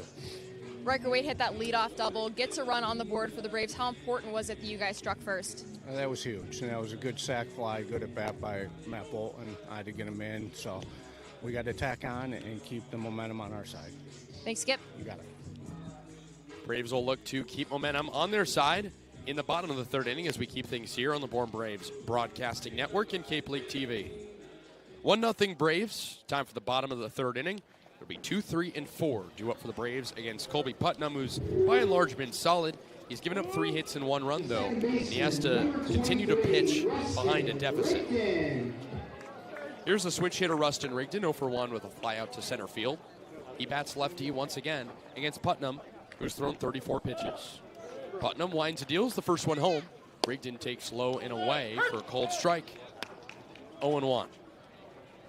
That one likely not a called strike right there. You don't blame Rustin Rigdon for washing it by. No, sir. 0-1. Rigdon takes low and inside. That one's a ball, 1-1. Couldn't be too sure. Rigdon's slugging percentage just about 40 points above his batting average. 1-1 as he rolls it into the dirt, foul. 1-2. We talked about his lack of extra base hits, but if you can at least produce from a single standpoint, and the amount of times he's walked this season at times has been impressive. The 1-2, Rigdon takes away, 2-2. I think most people are going to see the stats of a 246 batting average, a 605 OPS, just 4 extra base hits in 37 games, and not be impressed. But he's been really valuable to this Braves team, Kasey. 2-2. Rigdon takes low, 3-2. And he certainly deserves being in the top of this lineup. He's risen to the occasion. He's gone out there and had huge games, 3 hits multiple times this season, and that's why he gets this spot at 2. Payoff home. Rigdon lifts it left side. Foul. Count stays 3-2. His defense has also been impeccable. Whether it's in the outfield or shortstop or at second, he's been everywhere. Only 2 errors on the season so far, both coming at shortstop. So you see him flip between second and center. He's been elite. Payoff once more. Here comes. Rigdon lifts it straight away center field. Peralta has room. He makes the catch about 10 feet in front of the track in left center for the first out of the bottom of the 3rd. So 2 flyouts to center for Rustin Rigdon. He's 0 for 2. Then I'll bring up Matt Bolton, who drove in the game's lone run so far on a sac fly in the 1st. This is an exciting at-bat. Last time he had a goal. Get a ball into the outfield, bring home Riker Waite from third base. Now he gets to swing away and freely in a guy that's been the hottest Braves bat over the past week. Lefty hitter digs in the first pitch. Outside, 1-0. You talked about it. I mean, he really struggled in July. And kind of just flipped a switch. It started with that Falmouth game on the 28th of July. The 1-0, low, 2 balls and no strikes, and you can feel not just his confidence, but his plate discipline getting a lot better. It is, and I think that has to do with confidence. You're seeing the ball more confidently, don't want to swing away at pitches. 2-0 home. Bolton takes downstairs, ball 3. And overall, I think the swing change for him really affected him in a positive way. Talking with some of our staff here on the Bourne Braves team, they said he made that adjustment, and that was what really flipped the switch. 3-0 pitch. He shows bunt, pulls it back. It's called a strike, 3-1. He was a Cape League All-Star, one of 8 for the Bourne Braves. 3-1. Bolton swings and misses on a fastball high. Count goes to 3-2. Putnam battling back from what was a 3-0 count with 1 out and the bases empty in the bottom of the 3rd inning. Braves up 1-0. Payoff pitch. Bolton cracks it left and foul over the screen. Count remains at 3-2. We'll see a 7th pitch of this at-bat coming up. Smart to drive the pitch count up on Putnam. This Falmouth bullpen has struggled. 3-2 again. Bolton takes low and away for ball 4. Second walk thrown by Putnam, and on 8 pitches, Matt Bolton earns a base. Almost best case scenario, excluding any extra base runs there. You work up the pitch count big time, and it's a confident plate appearance from Matt Bolton. No question on that last pitch, despite it being kind of close on review, and he earns himself a walk. Here's Luke Costello, who also walked back in the 1st. Man at first base and 1 out. In the bottom of the 3rd, Braves up by 1. Infield double play depth, the throw back to first. Bolton is safe. Costello tied for the league lead in doubles with 10, but none since July 9th, almost a month ago. Has not been the same player from a power standpoint. First pitch to the righty. Costello cracks it high and deep to left center field. Peralta ranges back toward the track. He makes the catch. Ball died a little bit in front of the track, and what looked like a potential double is just an F8. That was really interesting. I mean, the swing on that, the point of the bat of which it was contacted, looked like it could have been a home run, including the launch angle, and it didn't go anywhere. Good play by Peralta to stay composed and make the catch. He's been busy out in center field. 2 gone and a man at first for the switch-hitting catcher, Berkeley Mabius. He bats lefty once again. He's 1 for 1 with a single to left field. Another throw back to first. Bolton safe. Mabius, another guy that we talked about in the pregame, an X-factor for the Braves. He joined this team about 20 games ago, but he has been one of the biggest parts of the offense. He has, especially as of recent in the drought of wins. Putnam out of the stretch. He throws to first. Bolton safe with a head-first dive. Mabius has never been a bad hitter. At Oregon, hit 286 with an OPS just under 1,000 at 990. But struggled at the end of the season for the Ducks. Doesn't want to have that same spell here. First pitch, runner goes. It's a called strike. The throw to second is offline into the shortstop position. Bolton goes to third. The throw to third gets away. Bolton will stay at third base. Multiple bad throws. And Bolton into third, setting up Berkeley maybe as nicely for a potential RBI. And I think this is really throwing off Colby Putnam. You saw 3 pickoff attempts, all unsuccessful, against a guy in Bolton, Kasey, who's 5 for 8 on the year stealing bags in almost 40 games played. It's not like he's this huge base stealing threat, except he's getting that attention, and Putnam really thrown off, it seems. Bad throw from Brooks, the catcher, too. 0-1. Maybe it takes outside 1-1. The ball dribbled toward straightaway shortstop, if you really think about it. And kind of no man's land for the defense because Farner, the shortstop, was covering. And Bolton had runway to third. The 1-1, maybe it takes upstairs for a ball, 2-1. So a stolen base and an error on the catcher, Brooks, is the official ruling. Maybe it's with hits in 4 of his last 5. The 2-1 as he pops it high up in the air, shallow left. White, the left fielder, camps under it and makes the catch cap high to retire the side. Braves leave a runner at third after a walk, an error and a stolen base.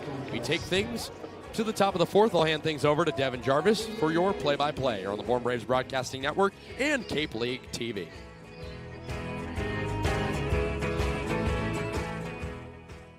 Massachusetts resident and don't have a bachelor's, you could be attending 4Cs for free, all while preparing for careers that actually move you forward. Aviation maintenance, nursing, dental, funeral service, we've got it all. capecod.edu/free. Heading to Nantucket this summer? Skip the traffic and take to the skies with Cape Air. With convenient flights from Norwood to Nantucket, you can start your vacation sooner without the hassle of traffic. That way you spend more time relaxing and less time getting there. Experience the Cape Air difference and book your next flight today at capeair.com. Let Cape Air be your wings in the Northeast. Cape Cod 5 is proud to be the official banking partner of the Cape Cod Baseball League. Cape Cod 5 offers a broad range of financial products and services tailored for every stage in your financial journey. Reach out to us. We're here to help. If you can dream it, if you can cruise in it, if you can summer in it, fish from it, or take it for a day at the beach, we can protect it. The Baldwin Group. Protecting the possible. Try it, then buy it. Rent a new cat for up to 90 days. Then apply 100% of the rental cost to the purchase and save. The Milton Cat Rent to Purchase offer. Try it, then buy it. Go to miltoncat.com/RPO. It's the middle innings here in Game 1 of the Division Series in the West between the Bourne Braves and the Falmouth Commodores. 1-0 in favor of the Bravos as we welcome you to the top of the 4th. Tyler Laird on the mound, 40 pitches through 3 innings. The last time he only lasted 2 2/3, allowed 12 hits and 8 runs. He's been much better so far, and the Braves have enjoyed his presence, pitching with a lead here in top 4. As the 3, 4, and 5 hitters come up for Falmouth, it's Carter White, the lefty batter, to start. White a walk in his first time around. He was the first base runner of the day for the Commodores. And Laird here will try and continue to pitch well. Only 1 hit and 2 walks. Those are the 3 base runners he's allowed so far. He climbs the back of the hill, steps onto the first base side of the rubber, works out of the line, and kicks and fires the first pitch. White pops it up in the shallow part of the left side of the infield. Catcher in Mabius up the third base line, makes the grab, 1 out on 1 pitch for Laird. You talked about his success so far. He's not blowing it by guys a ton. He's pitching for weak contact, which can be risky, and he tried to do that last time against Falmouth, but it's working so far tonight. A lot of weak outs for Falmouth, not a lot of hard hit balls yet. Only 2 strikeouts for Laird so far in this game as the lefty and Tommy Harrison digs into the batter's box. Leaf Bigelow, the pitching coach for the Bourne Braves, specifically said he wants him to see the changeup more often in his approach, as well as pitching lower in the zone. He's pitching to weak contact because of that, as the first pitch comes into Harrison, and it sits in the top of the strike zone for the first of the at-bat. No balls, 1 strike, 1 out in top 4. Laird has definitely made some changes. He was possibly tipping pitches his last time out. Not often do you see 12 hits in 2 2/3, if not. The 0-1 into Harrison. He takes the pitch for an outside strike. That changeup beautiful. And with how audible the Falmouth dugout was last game, he probably was, because that Falmouth dugout was chirping a lot. It didn't sound like trash talk. It sounded like they were trying to communicate something to their hitters. And no trash cans either, Kasey.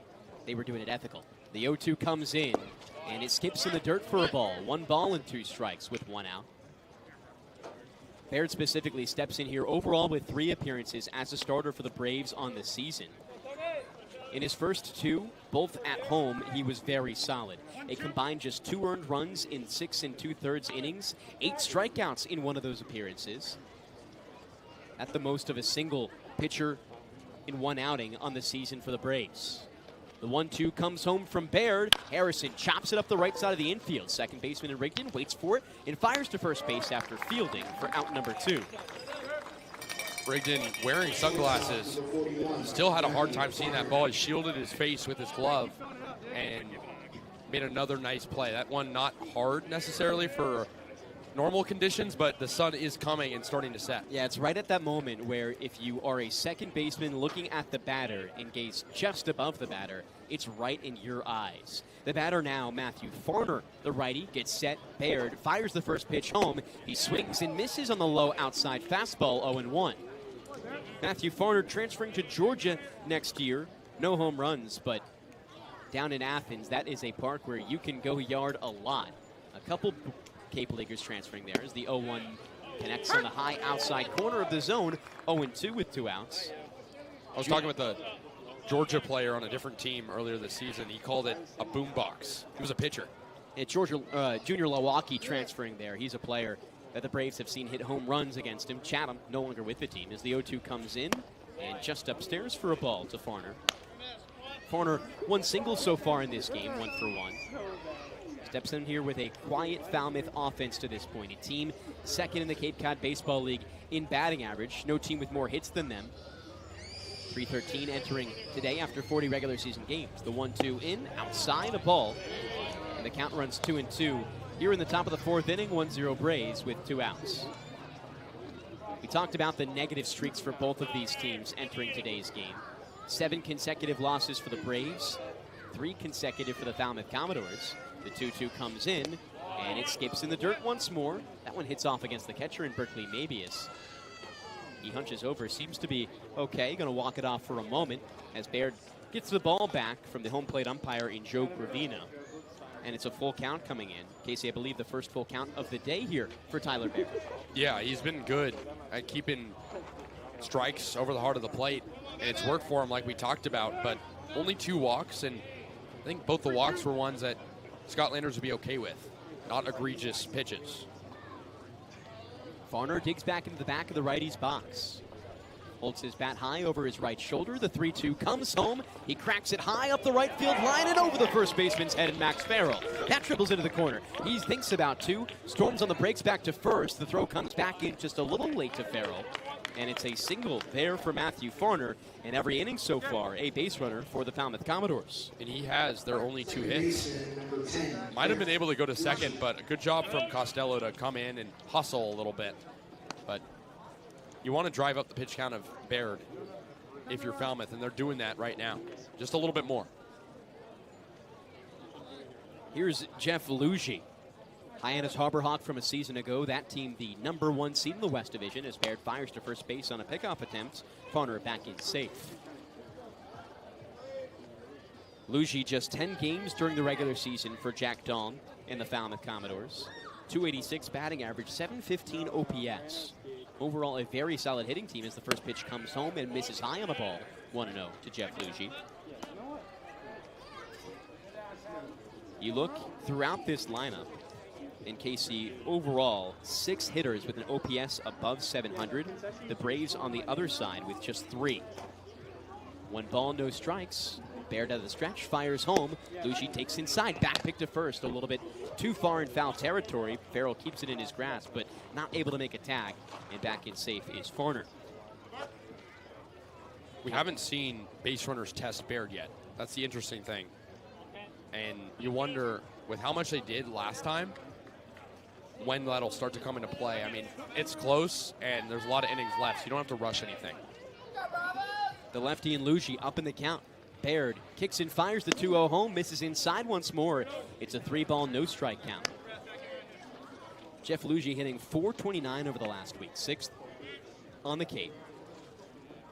He had a really good start with this team, but hitless in his last 4 games. He's very much slowed down. Needs to turn it up here in the playoffs. The Hyannis team that he was on that lost to Bourne round 1 last year, as the 3-0 comes in, just nicks the outside edge. They count 3-1. So he has seen the Bourne Braves many times before. Went to 3 games in the divisional series last year, the same one we're in right now. Falmouth lost here at Doran Park, or excuse me, Hyannis lost here at Doran Park. 3 balls and 1 strike. Pitch comes home. Lugie sends it to the left side of the outfield. Big chase for Osterhaus. Makes the leaping grab over his head for out 3. A well-deserved round of applause from the Bourne faithful as we take you to the bottom of the 4th inning. 1-0 Braves.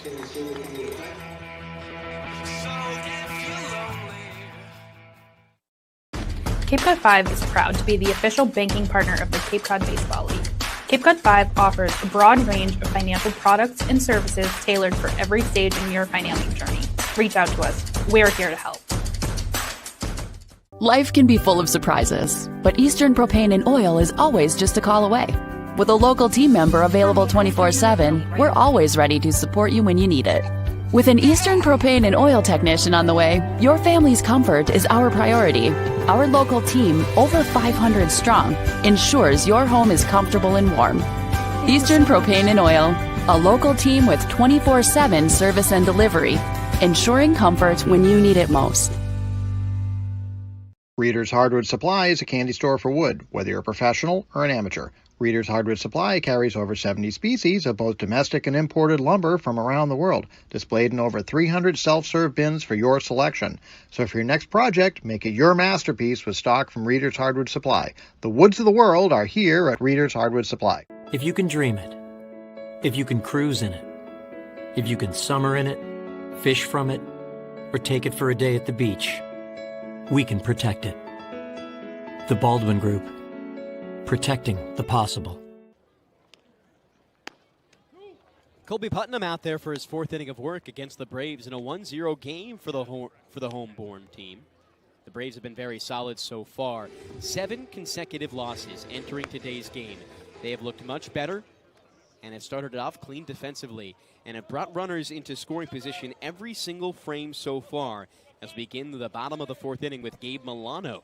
Milano 0 for 1 with a strikeout so far in this one. The designated hitter playing for his first time, not in the infield. Takes a deep breath and sits in the back of the lefty's box. Putnam, his 2nd time facing him, works out of the line and fires the first pitch home. Milano swings and misses at it. Milano was the last out in the 1st inning. The Braves hoping to replicate what they did back there. As the 0-1 comes in, Milano hacks at it again, dribbles it toward the first base dugout. It's off the camera well, and the count 0-2 early. Milano, the first strikeout victim for the Braves back in that 1st inning. As he gets set once more, and the pitch comes home on the 0-2. Milano takes outside a ball. In his 3 games, Milano with no more than 1 hit, but he's been very sound defensively. A batting average entering today of just .222. Also has a walk to his name as he takes an outside ball once more. 2 balls and 2 strikes with no outs. The Braves in much need of better bottom of the lineup production. The 2-2 in. Milano skies to the left side of the outfield. Shallow. White comes in, makes the grab as the left fielder, calls off the 3rd baseman and shortstop in Jeffries and Farner for out number 1. Braves bats were really consistent the first 2 innings, and it's not like they haven't been ever since, but it's not as hard of contact as they were getting. See if they can get some more barrels and some more runners in scoring position like you talked about. Max Farrell steps up here. He's the last hit that the Braves have had since him 7 of 8 consecutively retired. Max Farrell out of San Diego State University, hitting over 300 for the Braves already this summer, playing in just his 4th game. Spent most of the year with the Ocean State Waves, an .812 OPS with them in the NACBL, as the first pitch comes home from Putnam, and Farrell takes for a strike on the slider that nicks the outside edge. Overall, was very productive there. Him, Milano, as well as Papetti all come from Ocean State to join the Braves as late season additions. The 0-1 in, watched by Farrell again for a strike. Oftentimes you see the Braves with any CBL additions late or overall other Summer League additions late. Luke Costello was one of those last year for the Braves. As the 0-2 comes in, Farrell chops up the middle of the infield to the second baseman in Luigi. Lost to first base, a stretch it's there in time for out 2. To your point, I mean, you talk about a guy like Luke Costello who was at a lower league and came to the Cape. That's an opportunity now for Scott Landers to kind of see which guys do I want to invite back next year. Guys like Max Farrell and Gabe Milano could be candidates on a team that historically brings back a lot of returners. When you think about the 3 impact freshmen from a year ago that played on this Bourne Braves team, Luke Costello in minimal action, but Riker Waite and Gavin Kelly also names as the first pitch comes into the lefty Osterhaus. He drives it outside left field and foul. And of those 3 names, you had 2 return in Luke Costello and Riker Waite, who are in the lineup today. And then Gavin Kelly, who had plans to return to the Braves this summer, just got himself caught up in some bigger fish to fry, you could say. As the pitch comes in, 0-1, Osterhaus takes inside 1-1. Team USA and the College World Series, that is. Gavin Kelly set to be a top 10 pick in the 2027 MLB draft. Putnam works fast, the 1-1 in. Osterhaus pounds it up in shallow left field. White ranges in, the shortstop instead, and Farner makes the grab for out number 3. And the Braves don't play any for the first time, bring the minimum in the bottom of the 4th. We step aside, top 5 coming up, not before a quick word from our sponsors. Keystone Place at Buzzards Bay is Bourne's premier senior living community, conveniently located adjacent to the Cape Cod Canal. Visit us at Keystone Place at buzzardsbay.com. And Marty Chevrolet, your dealer for the people, proudly supports the Bourne Braves baseball team. See all our cars and trucks at martychevrolet.com and go Braves.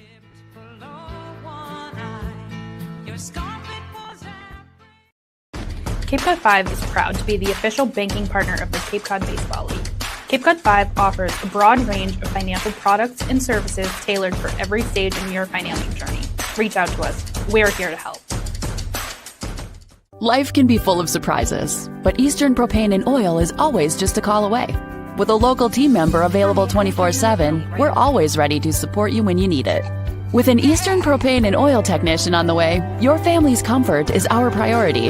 Our local team, over 500 strong, ensures your home is comfortable and warm. Eastern Propane and Oil, a local team with 24/7 service and delivery, ensuring comfort when you need it most. Reader's Hardwood Supply is a candy store for wood, whether you're a professional or an amateur. Reader's Hardwood Supply carries over 70 species of both domestic and imported lumber from around the world, displayed in over 300 self-serve bins for your selection. So for your next project, make it your masterpiece with stock from Reader's Hardwood Supply. The woods of the world are here at Reader's Hardwood Supply. If you can dream it, if you can cruise in it, if you can summer in it, fish from it, or take it for a day at the beach, we can protect it. The Baldwin Group. Protecting the possible. 1-0 Braves as we take you to the top of the 5th inning. The Falmouth Commodores here. It's time to get the offense going. They've been quiet so far. Only 2 hits in this game against an excellent start from Tyler Laird, much recovering from his improper one last time against the Commodores 1 week ago, where he allowed 8 runs in just under 3 innings. First batter here, A.J. Putty out of the right side. Laird fires the first pitch home. Putty takes outside for a ball. Laird has been much better in this game, Kasey. What do you see as the difference for him? Well, when he's pitching to contact, it hasn't been hard contact, and that to me is pitch selection likely, where he's not just leaving 2-seam fastballs over the heart of the plate. He's mixing in the off-speed stuff well, not worrying about his sequencing. The 1-0 into Putty. He chops to the left side. Third baseman in Hawk fields in on the edge of the grass, fires to first base on the run for out number 1. As Laird continues efficient pitching too, Kasey. That's the biggest thing. The pitch count got way up for him in that last appearance. In just his 2 2/3, he threw 59 pitches. Right now, through 4 1/3, he's down at just 58. Less pitches in almost twice the amount of time. Just speaks to how good Falmouth was in that game, but Laird has been so much better, and feels like Falmouth doesn't have much life right now offensively. Here's the lefty, and Brooks takes the first pitch low for a ball. Brooks playing in his 15th game of the season for the Commodores today. A walk back in the third inning. That the last walk that Laird has thrown. He's keep that number down as home plate umpire Joe Gravina steps up here. He's talking to him just for a new ball. And possibly a warning as well on a balk. Entering today's game, Tyler Laird had a Bourne season whip of 2.68. That's never a recipe for success. As the 1-0 comes in, the lefty and Brooks skies it to shallow left field. Big chase here from Osterhaus. He slides and makes the grab. Half falls off in the process. Dirties his pants, but he's all good. And that's the second out of the top of the fifth. Braves defense looks night and day from what it was this past week during the losing streak. Feels like guys are paying a lot more attention to detail, not letting stuff get down, being in their spots, avoiding, again, the little mistakes that add up. The Braves entering this game. Most errors in the Cape Cod Baseball League, 55. Lefty 9-hitter in Gregor steps up. Laird fires home. Gregor chops up the middle of the infield. Shortstop in wait behind second.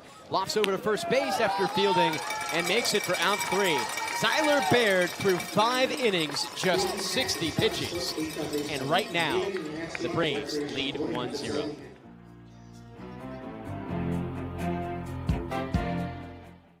Massachusetts resident and don't have a bachelor's, you could be attending 4Cs for free, all while preparing for careers that actually move you forward. Aviation maintenance, nursing, dental, funeral service, we've got it all. capecod.edu/free.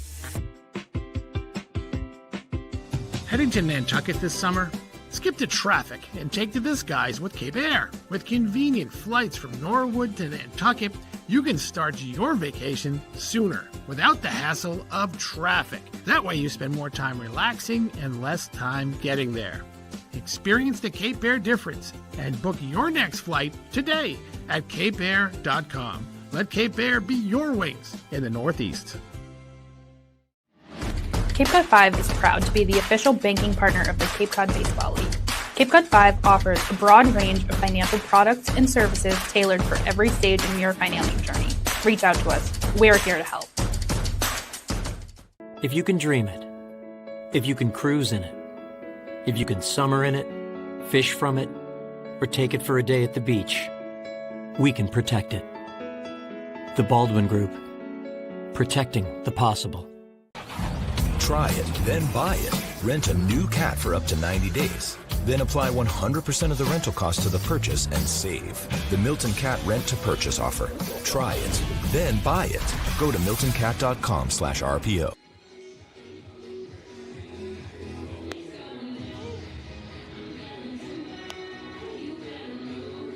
Bottom of the 5th inning, 1-0 in favor of the Bourne Braves with Colby Putnam back out there. This could be coming to a close for his day. The Braves have 1 run against him so far. He's up to 64 pitches entering his 5th frame.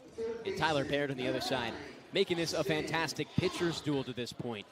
As the righty batter in Austin Hawk for the Braves steps up, Kasey. I don't know if we were expecting much of a pitcher's duel in this one. With the last one we saw, a combined 22 runs in that one. Not at all. When you consider Laird's history plus how inconsistent Falmouth's pitching has been, this is real surprising. But what more would you want in game 1? First pitch in from Putnam to Hawk. He lines it up the left field side. This one hits off the glove of the shortstop, Barner. He can't get it.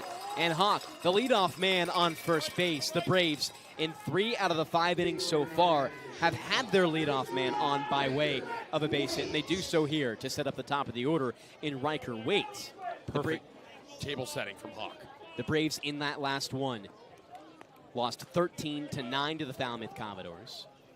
And Riker Waite here looking to once again start things. A double in the top of the 1st inning to kick things off, and he scored a run after that.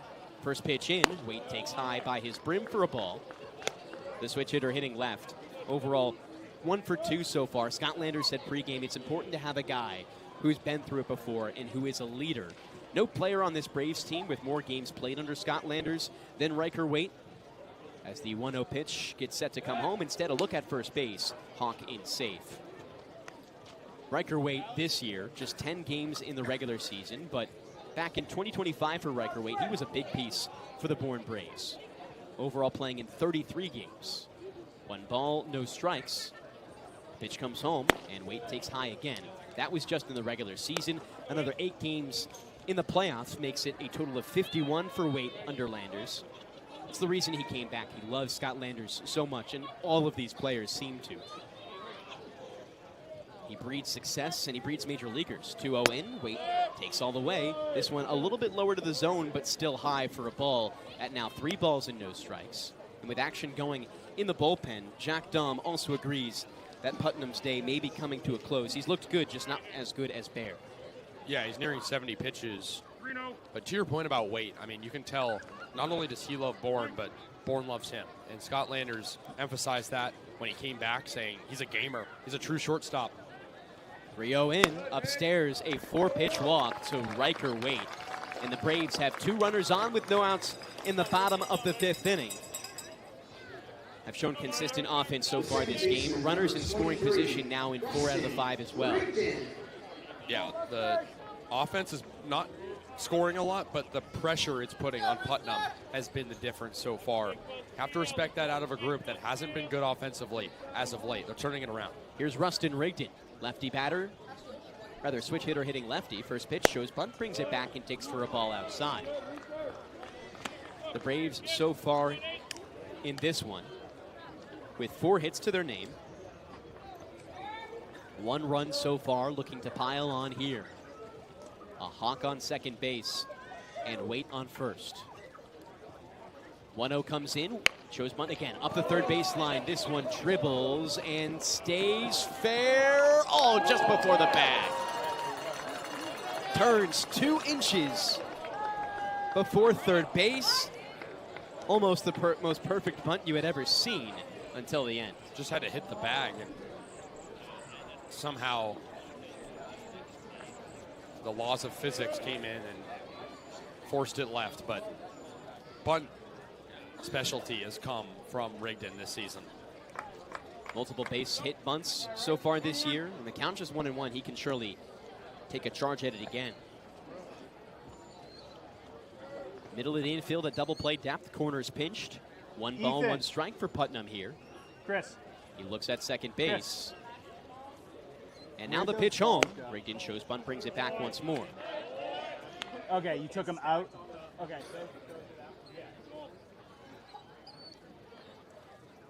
The Bourne Braves have some of their speediest guys in the base paths right here. Rustin Rigdon, speedy 2, led the league in steals as he brings the pitch back one more time. Hit a ball in the count 3-1 with no outs in the bottom of the 5th. Rustin Rigdon 0 for 2 so far this game, flat out to center field twice. He's struggled recently, but has shown a very high ceiling with this team. 3-1 the count. Putnam fires the pitch home. He shows bunt, brings it back. It's outside for a walk. The base is now loaded for the Braves. And do you see Jack Dahm come out here after 2 consecutive walks? Kasey, what would you do? I would. I mean, nobody out, bases loaded in a playoff game. That's his 4th walk. He's thrown so far. He's over 70 pitches, and here comes a conversation. A little bit of a delayed, and he points to right field for the bullpen. The Braves, with the bases loaded in the bottom of the 5th inning with no outs, will step aside. New pitcher coming in for Falmouth.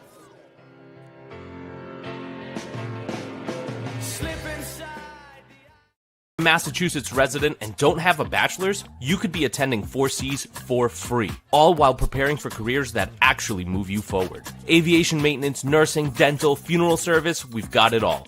capecod.edu/free. Heading to Nantucket this summer?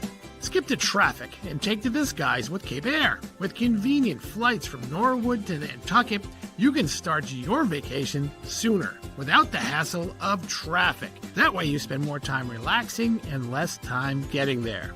Experience the Cape Air difference and book your next flight today at capeair.com. Let Cape Air be your wings in the Northeast. If you can dream it, if you can cruise in it, If you can summer in it, fish from it, or take it for a day at the beach, we can protect it. The Baldwin Group. Protecting the possible. Cape Cod 5 is proud to be the official banking partner of the Cape Cod Baseball League. Cape Cod 5 offers a broad range of financial products and services tailored for every stage in your financing journey. Reach out to us. We're here to help. Try it, then buy it. Rent a new cat for up to 90 days. Then apply 100% of the rental cost to the purchase and save. The Milton Cat Rent to Purchase offer. Try it, then buy it. Go to miltoncat.com/RPO. Reader's Hardwood Supply is a candy store for wood, whether you're a professional or an amateur. Reader's Hardwood Supply carries over 70 species of both domestic and imported lumber from around the world, displayed in over 300 self-serve bins for your selection. So for your next project, make it your masterpiece with stock from Reader's Hardwood Supply. The woods of the world are here at Reader's Hardwood Supply.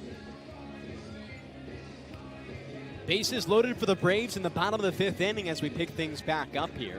Kasey Murphy, the new pitcher, out for the Falmouth Commodores, ending Colby Putnam's day. 4 innings pitched, 4 hits, just 1 run earned with 4 walks and 2 strikeouts. He is, however, responsible for all the runners in the base paths right here for the Braves. It's Austin Hawk on third base, Riker Waite on second, and Rustin Reagan on first base. The lefty batter in Matt Bolton begins things for the Braves. He's been the hottest bat for Bourne over the past week, an RBI already in this one.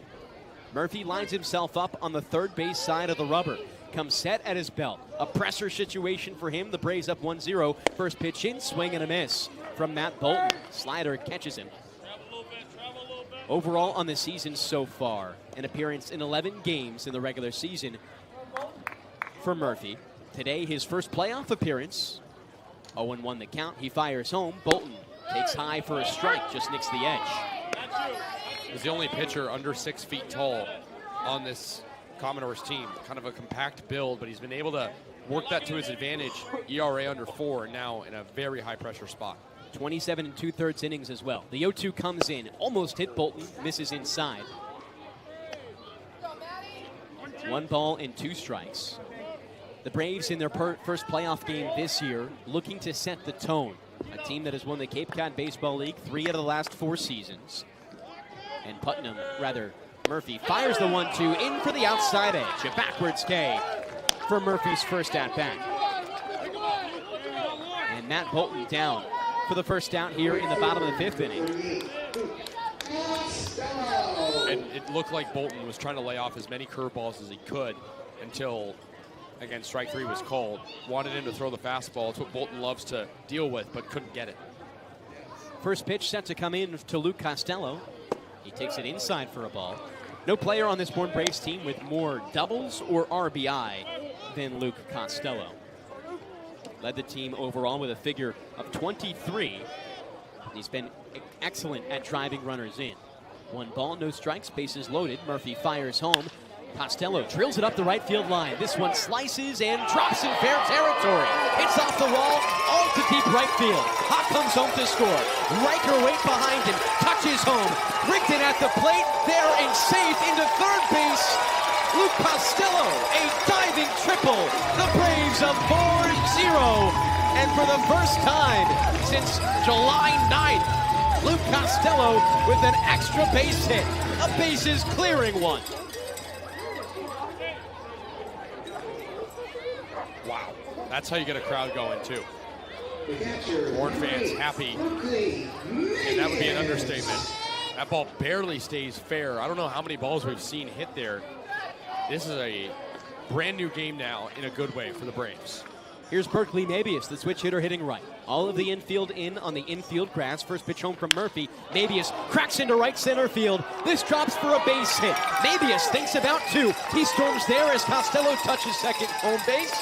And into second is Berkeley Mabius. Back-to-back extra basers for the Braves.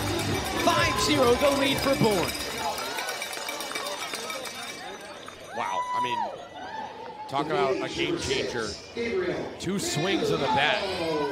And what was a pitcher's duel is now a comfortable Braves lead.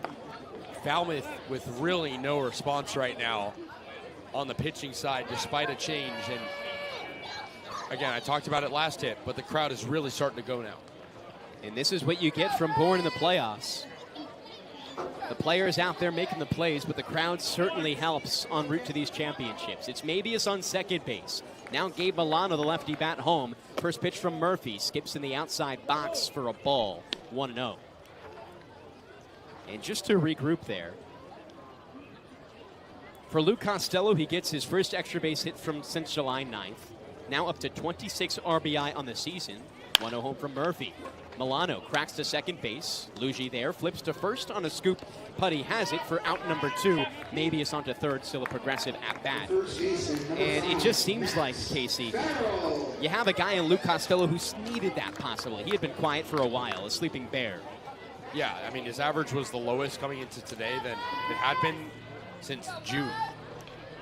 And it's not to say he's not a good player. He absolutely is. But I wonder if the confidence was low because of the stuff not going his way. He seemed fired up, though, after the triple. Righty bat and Osterhaus stands in. Farrell. First pitch, a strike. Just nicks the high and outside edge of the zone. Max Farrell 1 for 2 so far in this game, only playing in his fourth game with the Braves. These new guys were told all the legends about Bourne, understanding what they need to do. The 0-1 in. Curveball just misses outside. 1-1. They were told the stories of success. They were told how the series has looked like with Falmouth so far this season. Overall, the Braves finished 1-3-1 against the Commodores on the year. 1-1 in, way upstairs. Misses high for a ball. 2-1.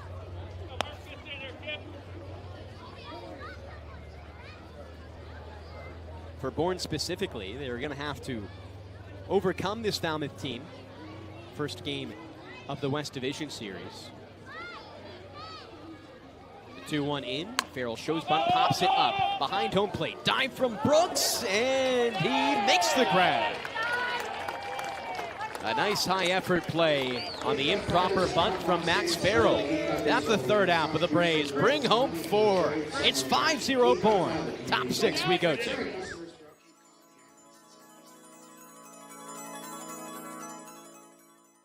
Massachusetts resident and don't have a bachelor's, you could be attending 4Cs for free, all while preparing for careers that actually move you forward. Aviation maintenance, nursing, dental, funeral service, we've got it all. capecod.edu/free. Heading to Nantucket this summer? Skip the traffic and take to the skies with Cape Air. With convenient flights from Norwood to Nantucket, you can start your vacation sooner without the hassle of traffic. That way you spend more time relaxing and less time getting there. Experience the Cape Air difference and book your next flight today at capeair.com. Let Cape Air be your wings in the Northeast. Cape Cod 5 is proud to be the official banking partner of the Cape Cod Baseball League.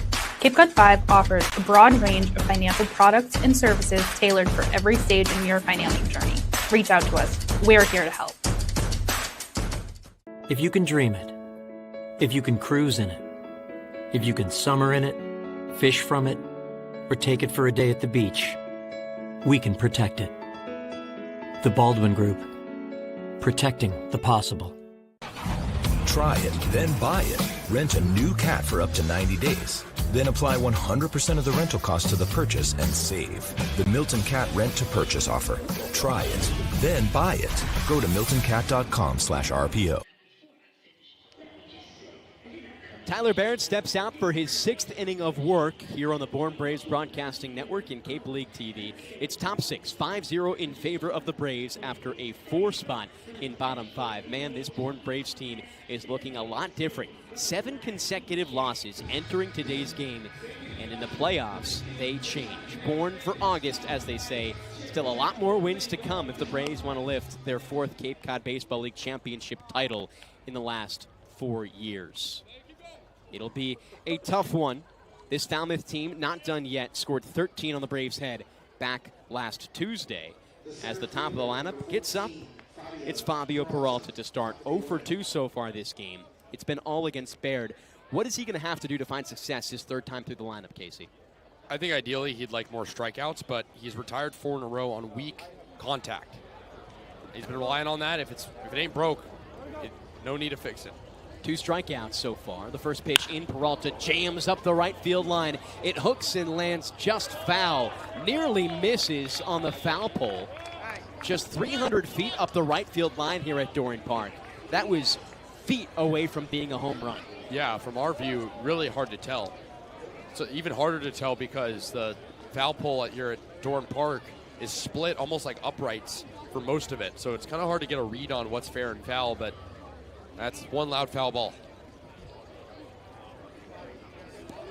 First base umpire Robert McHugh makes that call and is confident about it. So an 0-1 count now from Baird to Peralta. Peralta, overall one of the better players on this Falmouth team. Led them in games played, as well as runs, doubles, and stolen bases. The 0-1 in, Peralta takes high by his letters, 1-1.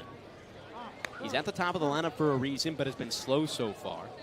An all-around player. Does it defensively do? In center field, he started 31 games there of his 35 in the regular season. No errors, 4 outfield assists. Has struggled in his playoff debut with the Commodores. The 1-1 in, Peralta takes high and outside, 2-1. On the other side, Tyler Baird has not struggled. He has been amazing for the Braves. Into his 6th inning of work, just 2 hits allowed, 2 walks, and 2 strikeouts. He works in the wind for the 2-1 home. Peralta lines up the left field line and into the corner. This is a chase by Osterhaus in left field as Peralta rounds second, goes towards third, but puts on the brakes. The throw comes back in late. A stand-up double for Fabio Peralta, the first extra base hit of the game for the Commodores. That's how you start a rally. And this Commodores offense had been really lifeless, and they were kind of lucky. They'd only been down by 1 this entire game going into this full frame. Now they have to do their due diligence and go to work. It's Braden Jeffries up. Another lefty bat against the righty pitcher in Tyler Baird. 7 lefties in this lineup today for field manager Jack Daum. It's not paid off yet. 5-0 the score. Baird fires the first pitch home. Jeffries pops it up the left field line. It tails out of play. Foul. Jeffries, the RBI leader for the Commodores in the regular season. Played in just 25 games, but was a qualifying hitter. And also led the team in batting average as well as OPS. He's 0 for 2 as well, the same as Peralta before him and before that at bat. The 0-1 home, upstairs, misses for a ball, 1-1. Last time against the Bourne Braves, Jeffries, as a lot of the very solid Falmouth team was, went multi-hit, 2-run, 2 RBI for him. That was back on the 28th, 7 days ago. The 1-1 comes in. Jeffries takes high for a ball. And for a Falmouth team that also started slow, 0 for 3 in their last 3 games. A loss streak that they want to break today. But right now in a 5-run hole, it's been difficult for them. Baird out of the stretch, fires the 2-1. Jeffries lines it back in foul, 2-2. This Falmouth team against the West Division so far this season, a 10-9-1 record, better than the Braves at 8-2. But just like the Braves, have struggled on the road, 7-11-2, away from Gov Fuller Field. Braves much better at home. 5 more wins than losses. The 2-2 in. Jeffries pops up out of play once more over the first base netting. And Baird battling here. Had just 60 pitches after the 5th inning. Now he sits up at 70. 6th pitch of the at-bat coming. Peralta on second base. Wants to get driven home. A look at second base on a pickoff attempt. Wake tags him late. And number 14 in black gets his jersey dirty and stands back up to take a large lead there at second base.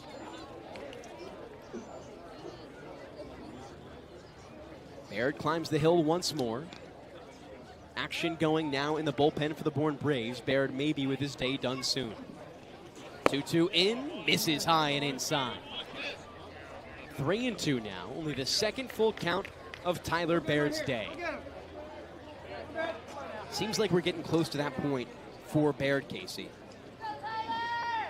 He struggled here in the top of the 6th inning.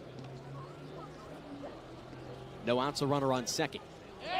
A look at second once more. Soft toss this time for Baird. He doesn't bite. And the batter in Jeffries has to wait. No player with more hits than Jeffries this season for the Commodores, 34. Laird set at his belt. Fires the 3-2 home once more. Jeffries nicks it into the backstop.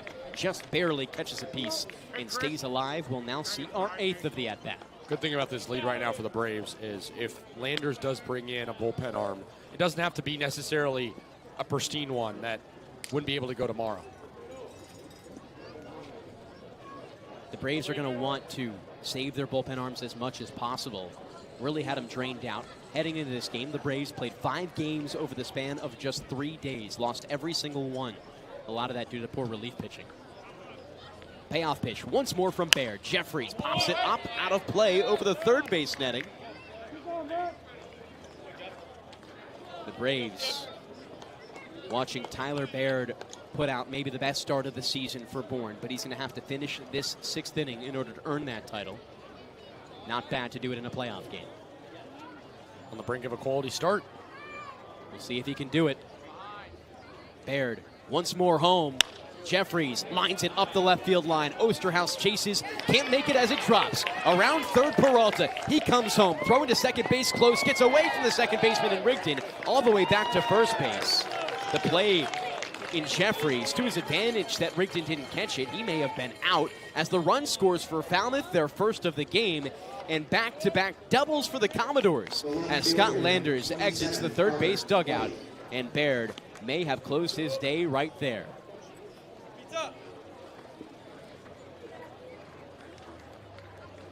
Scott Landers does make a point to the bullpen, and just like that, Laird ends his day. 5 very strong innings, but now it's a new pitcher's turn. We'll have more on him on the other side of this break on the Bourne Braves Broadcasting Network and Cape League TV.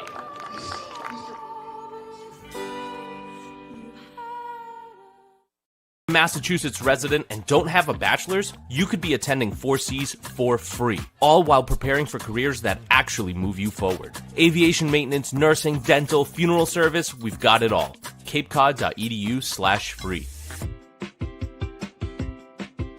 Heading to Nantucket this summer? Skip the traffic and take to the skies with Cape Air. With convenient flights from Norwood to Nantucket, you can start your vacation sooner without the hassle of traffic. That way you spend more time relaxing and less time getting there. Experience the Cape Air difference and book your next flight today at capeair.com. Let Cape Air be your wings in the Northeast.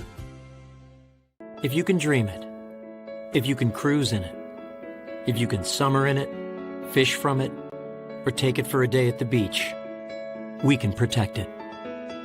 The Baldwin Group. Protecting the possible. Cape Cod 5 is proud to be the official banking partner of the Cape Cod Baseball League. Cape Cod 5 offers a broad range of financial products and services tailored for every stage in your financial journey. Reach out to us. We're here to help. Try it, then buy it. Rent a new cat for up to 90 days. Then apply 100% of the rental cost to the purchase and save. The Milton Cat Rent to Purchase offer. Try it, then buy it. Go to miltoncat.com/RPO. Reader's Hardwood Supply is a candy store for wood, whether you're a professional or an amateur. Reader's Hardwood Supply carries over 70 species of both domestic and imported lumber from around the world, displayed in over 300 self-serve bins for your selection. So for your next project, make it your masterpiece with stock from Reader's Hardwood Supply. The woods of the world are here at Reader's Hardwood Supply. The Braves bring out a lefty in Connor Lehman out of Alabama as their first reliever here in the top of the 6th inning. Runner on second for the Commodores as he takes relief of Tyler Laird. Overall, excellent work from Laird. 5 innings, 4 hits, just 1 run earned with 2 walks and 2 Ks. Could go up to 2 runs with Jeffries there on second base. But Kasey, I don't think anyone upset with what Laird did in this game after in his last one allowing 8 runs. Much improved, especially against, like you said, the same team he did it against.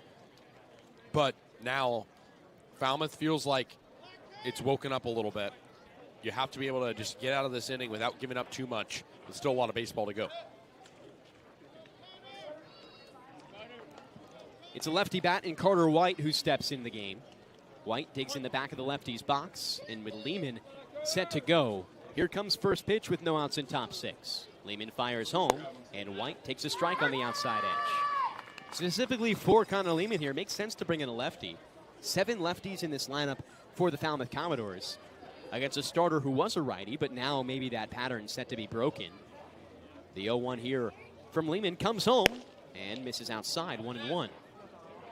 Lehman overall for the Bourne Braves has been an up-and-down pitcher. Has shown some good stuff as of recent. And that's what Scott Landers, the field manager for the Bourne Braves, hopes to get today.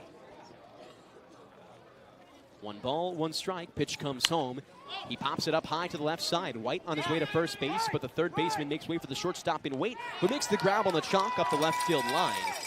The runner at second, and Jeffries stays there, and that's the first out here in top 6. Big out number 1. It doesn't necessarily seem like it, but when you consider what the Braves have had to deal with this inning, back-to-back extra base hits, a little bit of fireworks coming from the Falmouth fans, just to settle in a little bit more is huge. Lehman now set to face Tommy Harrison, another lefty.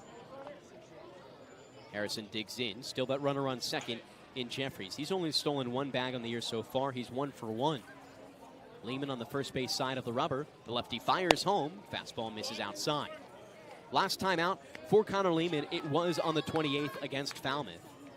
Just 1 1/3, no hit, no run overall for him. And Kasey, in the month of July, Lehman was excellent as the 1-0 comes in, nicks the outside edge, 1-1. Overall for him, just a 2.25 ERA in 6 appearances in 8 innings. Much different from that first time we saw him really falter in just 1/3 of an inning, allowing 5 runs. 1 ball, 1 strike, 1 out. Connor Lehman looks at second, fires the pitch home. Swing and a miss from Tommy Harrison. Yeah, I mean, Lehman being a lefty really changes the dynamic of this game potentially, but also just how much he's improved and being a viable option in this spot. I mean, I don't think maybe a month ago you would have expected that to be the case. 1-2 in. Harrison knocks it up the left field line and into the netting. Harrison overall in this one, 0 for 2. A lot of these really strong bats, other than this frame, had been quiet for the Falmouth Commodores. Harrison on the season so far in just 11 games, 300 his batting average, 941 his OPS. The 1-2 home, Harrison sends into right center field. Big chase from Luke Costello. It drops, and Costello ranges in as the runners now sit on the corners for the Commodores with 1 out in top 6.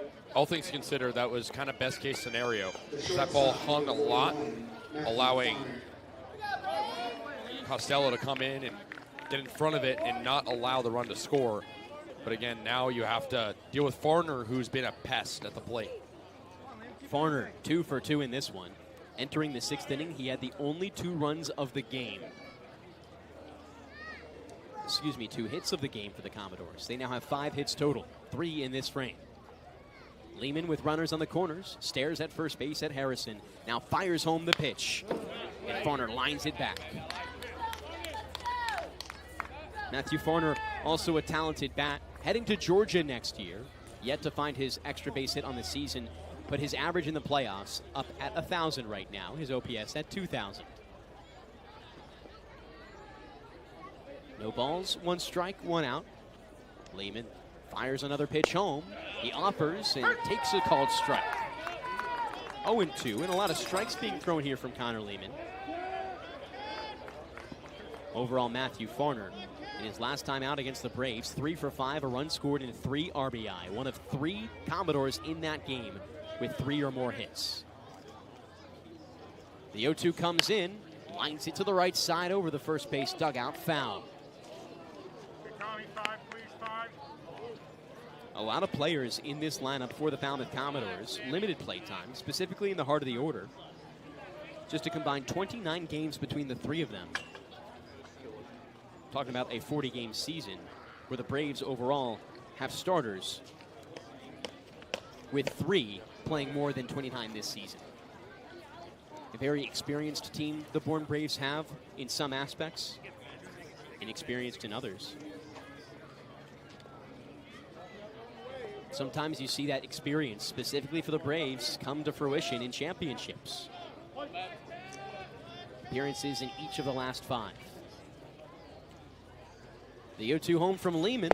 Swing and a miss from Farner. Down for the first time today, and Lehman's got his first strikeout of the evening.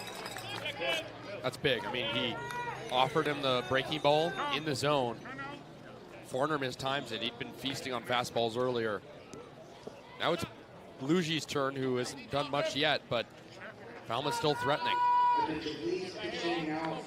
It's a pinch hitter here for the Falmouth Commodores. Stepping up now is Austin Maley. Maley, a very solid player for the Commodores so far this season. Led them in walks during the regular season, and a walk would do him good here. So Luigi comes out of the game after going 0 for 2, a strikeout and a flyout to left field. Maley an open stance in the back of the righty's box. Still runners on the corners. Jeffries on third, Harrison on first. A look at first base pickoff attempt. No tag by the first baseman Farrell, as in standing is Tommy Harrison.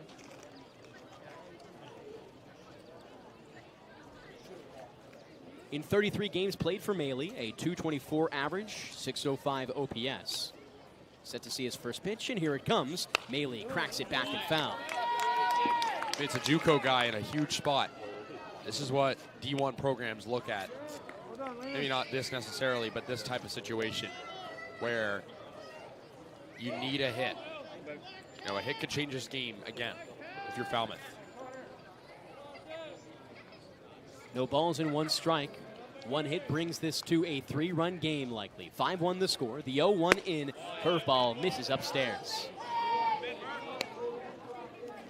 Overall, Austin Maley, the only community college player on the Commodores, was with Gateway Community College this most recent season and entered the transfer portal, still yet to find a new home.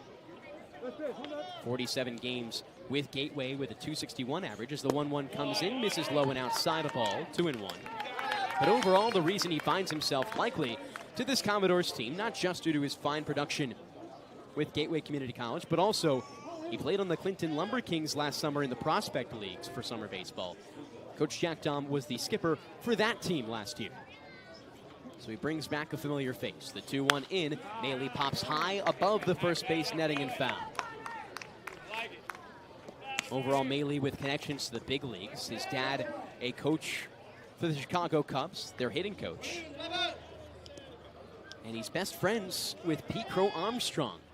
Lived with him for a summer. The two keep up often. Austin Maley, that is. A good guy to look up to. The 2-2 comes home. Maley doesn't come around on the inside breaking ball. Very close, and the count runs full. Smart move, I think, by Dom to bring him in.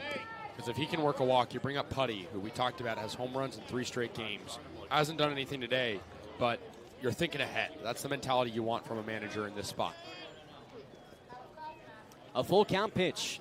Comes home from Lehman. Maley chops shallow to the pitcher in Lehman. Fields on 1 bunt. He throws to first base for the out and gets the 3rd. Only 1 run comes around to score for the Falmouth Commodores. It's a 5-1 game as we keep it here on the Bourne Braves Broadcasting Network and Cape League TV. Excellent stuff out of the Braves so far in this game. 5-1 the score as they limit the damage. 2 stranded for the Commodores right there. Let's send it over dugout side for Kaydence Kilhof, set for more as the 3rd member of our team. Thanks, guys. The vibes are here. They're high. The energy is here. I was just over in the bullpen, and Owen Hancock was playing country music on a speaker. Some of the guys are sitting in lawn chairs, and they're just having a great time. There are some Falmouth fans sitting near the bullpen, and they're kind of just chatting with the bullpen and kind of making jokes, but other than that, they're really having a fun time over there. They're talking with the outfielders, and as soon as Lucas Costello hit that triple, Cameron Seagraves shot up, and they started doing the same exact dance. You can just tell that the team chemistry is really here, and they were telling me during the game that they're so glad that there's so many fans here. They actually parked by the football field so that more fans could have parking and get the support, and I was just speaking to first base coach Jelani Hammer, and he told me that he likes seeing the regular faces, but he's also so happy to be seeing these new faces here to support the Braves in their playoff push, guys. It's been a really fun one so far. We'll take a step aside here on the Bourne Braves Broadcasting Network and Cape League TV. More.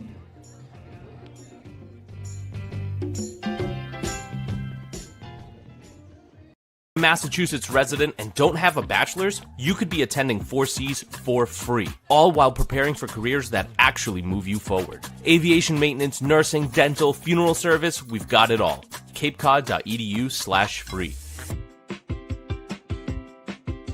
Heading to Nantucket this summer? Skip the traffic and take to the skies with Cape Air. With convenient flights from Norwood to Nantucket, you can start your vacation sooner without the hassle of traffic. That way you spend more time relaxing and less time getting there. Experience the Cape Air difference and book your next flight today at capeair.com. Let Cape Air be your wings in the Northeast. If you can dream it, if you can cruise in it, if you can summer in it, fish from it, or take it for a day at the beach, we can protect it. The Baldwin Group, protecting the possible. Bottom six between the Braves and the Commodores in Game 1 of the West Division Series. It's been a fun one if you're a fan of the Braves so far. Those 7 losses in the rearview mirror, it seems, at this point, as Justin Osterhaus takes a dig in the lefty's box against Kasey Murphy for his first clean inning of work in relief of Colby Putnam. First pitch comes into the lefty, swing and a miss from Osterhaus, down 0-1. Osterhaus yet to find a hit so far this game, 0 for 2. But overall, a Braves lineup that has been working all throughout. Runs scored and hits from a lot of them. The 0-1 comes in. Osterhaus offers. Does he come around? He does. Sits Joe Gravina at third base, 0-2. Overall hits in the lineup for the Bourne Braves from spots 1, 4, 5, 7, and 9. No balls and 2 strikes. Murphy works fast, deals home. Osterhaus swings and misses. An opening strikeout to start, and the first of the day for Kasey Murphy. The Braves brought 8 to the plate in the bottom of the 5th inning just a frame ago, scored 4 runs, and it began with this man here in Austin Hawk. Looking to start things out the same as he did in the frame ago with a single. An infield one to the shortstop, maybe wants to get it to the outfield this time. Righty batter gets set. Murphy, his first time seeing him, fires the first pitch. Swing and a miss from Hawk.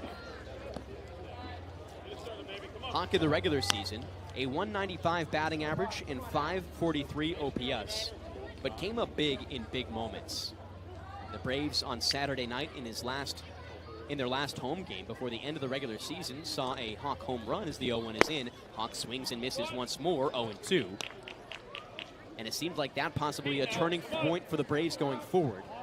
Hawk, with that home run, made it back-to-back between Bolton, the batter before him. And it was huge. No balls, 2 strikes. Murphy looking for his second strikeout consecutively as Hawk pops it up over the first base netting, out of play and foul. No balls and 2 strikes. Hawk has certainly had some ups and downs so far this season, but can be a big player in big moments. He's 1 for 2. Murphy masks his face with a black glove. The 0-2, he fires home. Dribbler up the right side for Hawk. Lucia, the second baseman, fields and fires to first base for the out. Rather, that's melee. And the Braves now with 2 outs here in bottom 6. Overall, looking for more consistent innings. The Braves so far in this one have scored in just 2 frames despite having a total of 5 runs. Yeah, I mean, no lead is safe in the postseason. You like being up by 4, but you never ask for too many runs in a game like this, where you want to set the tone for the rest of the way. Top of the order once more, the switcher to Riker Waite takes the first pitch over the heart of the plate for a strike. Waite in this one, 1 for 2 with a walk. Maybe the most impressive bat so far. He's been excellent and has scored every single time he's reached the base paths so far this game, twice. The 0-2, 0-1 in. Waite swings and misses at the outside fastball. Murphy came in relief for Colby Putnam, and overall, Putnam's day ends worse after the end of the inning than when he left the game. Allowed just 1 run before he left. 4 by the time the runners he was responsible for came home to score. The 0-2 into Waite. He sends up the left side and down in the gap. Center fielder in Peralta ranges over, makes the grab. Waite rounds first base hard. Has to put on the brakes and keeps it for a single. His second hit of the ball game. Riker Waite continues his strong playoff performances. That's why he's in the leadoff spot. He's very reliable. You want a guy like that having the most ABs he can get. And we're seeing him break out even more at this point in the year, heading into the right time. 2 home runs on Friday last week, each in one of the 2 doubleheader games. Rustin Rigdon, Bandy teammate of Riker Waite, steps into lefty's box as a switch hitter. And Murphy gets set out of the stretch for the first time, fires to first base instead, and back in safe is Riker Waite. A lot of attention from these Falmouth pitchers on runners at first base and beyond. A lot of stolen bags for them so far, and likely fair. Murphy fires to Rigdon. Inside, just nicks the edge for a strike. Do you think the attention that the Braves are bringing away from the game has maybe negatively affected these Falmouth pitchers? I think so. I mean, I think it helps when you're at home and you have that leeway. No balls and 1 strike. Pitch comes in. Rigdon blasted to right field. Gregor ranges back and can't make the grab. Bounces once and hits the wall. Waite rounds third base. The throw comes back into the cutoff man. Rigdon into third. The play close and in time. Rigdon goes down a double, but the run does score for the Braves. Waite just in time. 6-1 Bravos. Scott Landers furious with the call from Joe Gravina at third base. Hard to tell in real time. It was a nice throw and a nice tag, but Austin Maley with the throw, but the Braves do get the run. It's 6-1. We take you to the top of the 7th.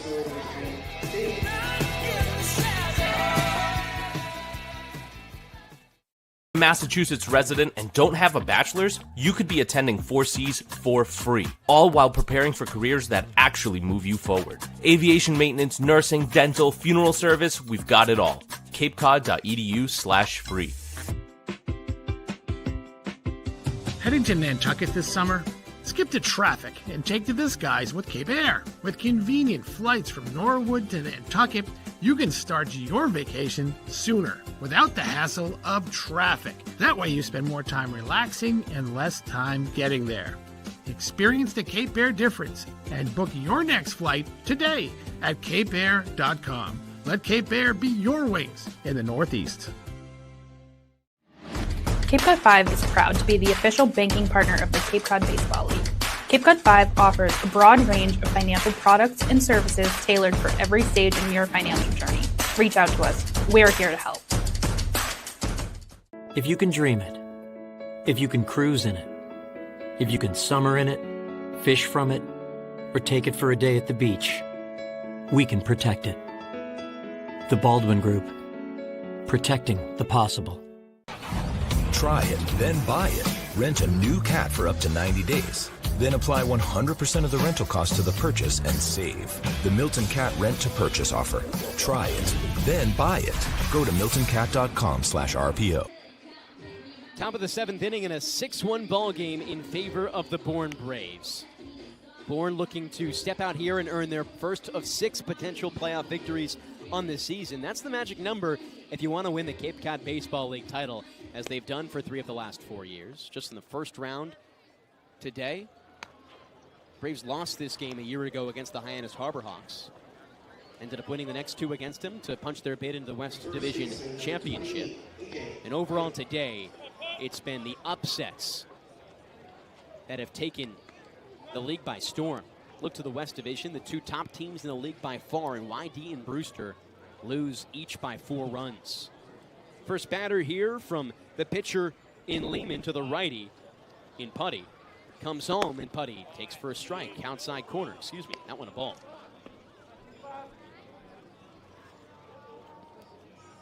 The Braves now score in back-to-back innings for the first time in quite a while. The 1-0 in, Putty takes for a strike inside edge, just barely. Got to be able to keep pitching. Gave up a run last inning, gave up a few extra base hits, but it's how the response will come that'll show if the Braves are really in this. The 1-1 in. Putty lines up the right field line. It drops for a base hit. Into the corner. Putty rounds first base for second. Costello takes a long time to get it. Fires into the cutoff man and rigged it at second as it's a stand-up double for A.J. Putty to start off the top of the 7th. He's been hot.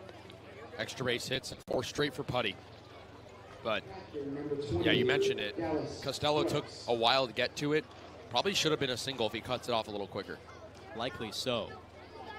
The Braves with their best bats out there. It's shown. And the pitching's been solid enough to get away with maybe lackluster defense. But overall, the Braves with no errors have played a better defensive game than usual today. Dallas Brooks, the lefty, digs in. First pitch home. Brooks takes outside a ball. A.J. Putty there on second base. You mentioned 4 consecutive extra base hits, the 3 before this game. Home runs, but slots into the 7 spot. 1-0 comes home.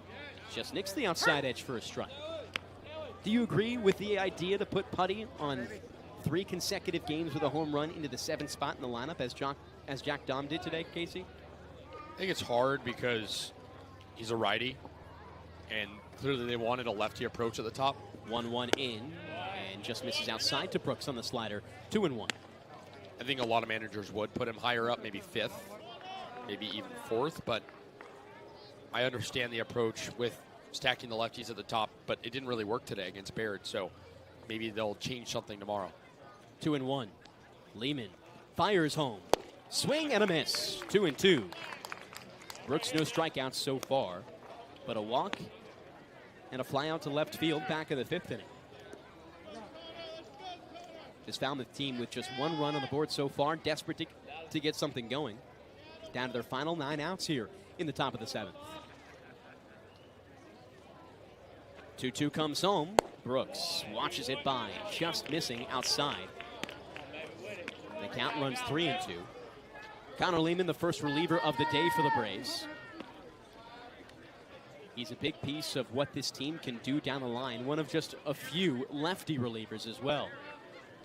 3 balls and 2 strikes in. Brooks grounds to the shortstop in wait. He fields on a hop, fires to first base for the out as the runner in Putty advances to third base.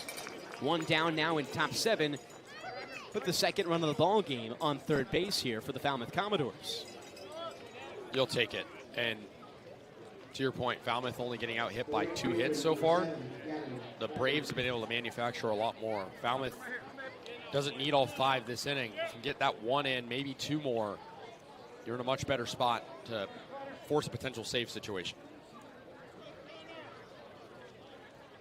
Here's the lefty, Gavin Greger in the 9 spot. First pitch home, he grounds to second base. Rigdon ranges in, fires to first base, but the run scores with the out. It's now 6-2 Falmouth. Bourne. Still a 4-run lead for the Braves in the top of the 7th, but now 2 down. You'll trade the out for the run for sure. Still with some good padding. Yeah, especially from this part of the order. If you're Jack Dom, you appreciate that the 8 and 9 guys brought in the 7 guy, because the top of the order is probably only going to hit, if you're lucky, twice. Probably wouldn't have preferred it to come by way of 2 outs for the run when you have the runner in scoring position there with no outs. As the lineup flips over now, Peralta, pitch upstairs to start from Lehman. 1 ball and no strikes.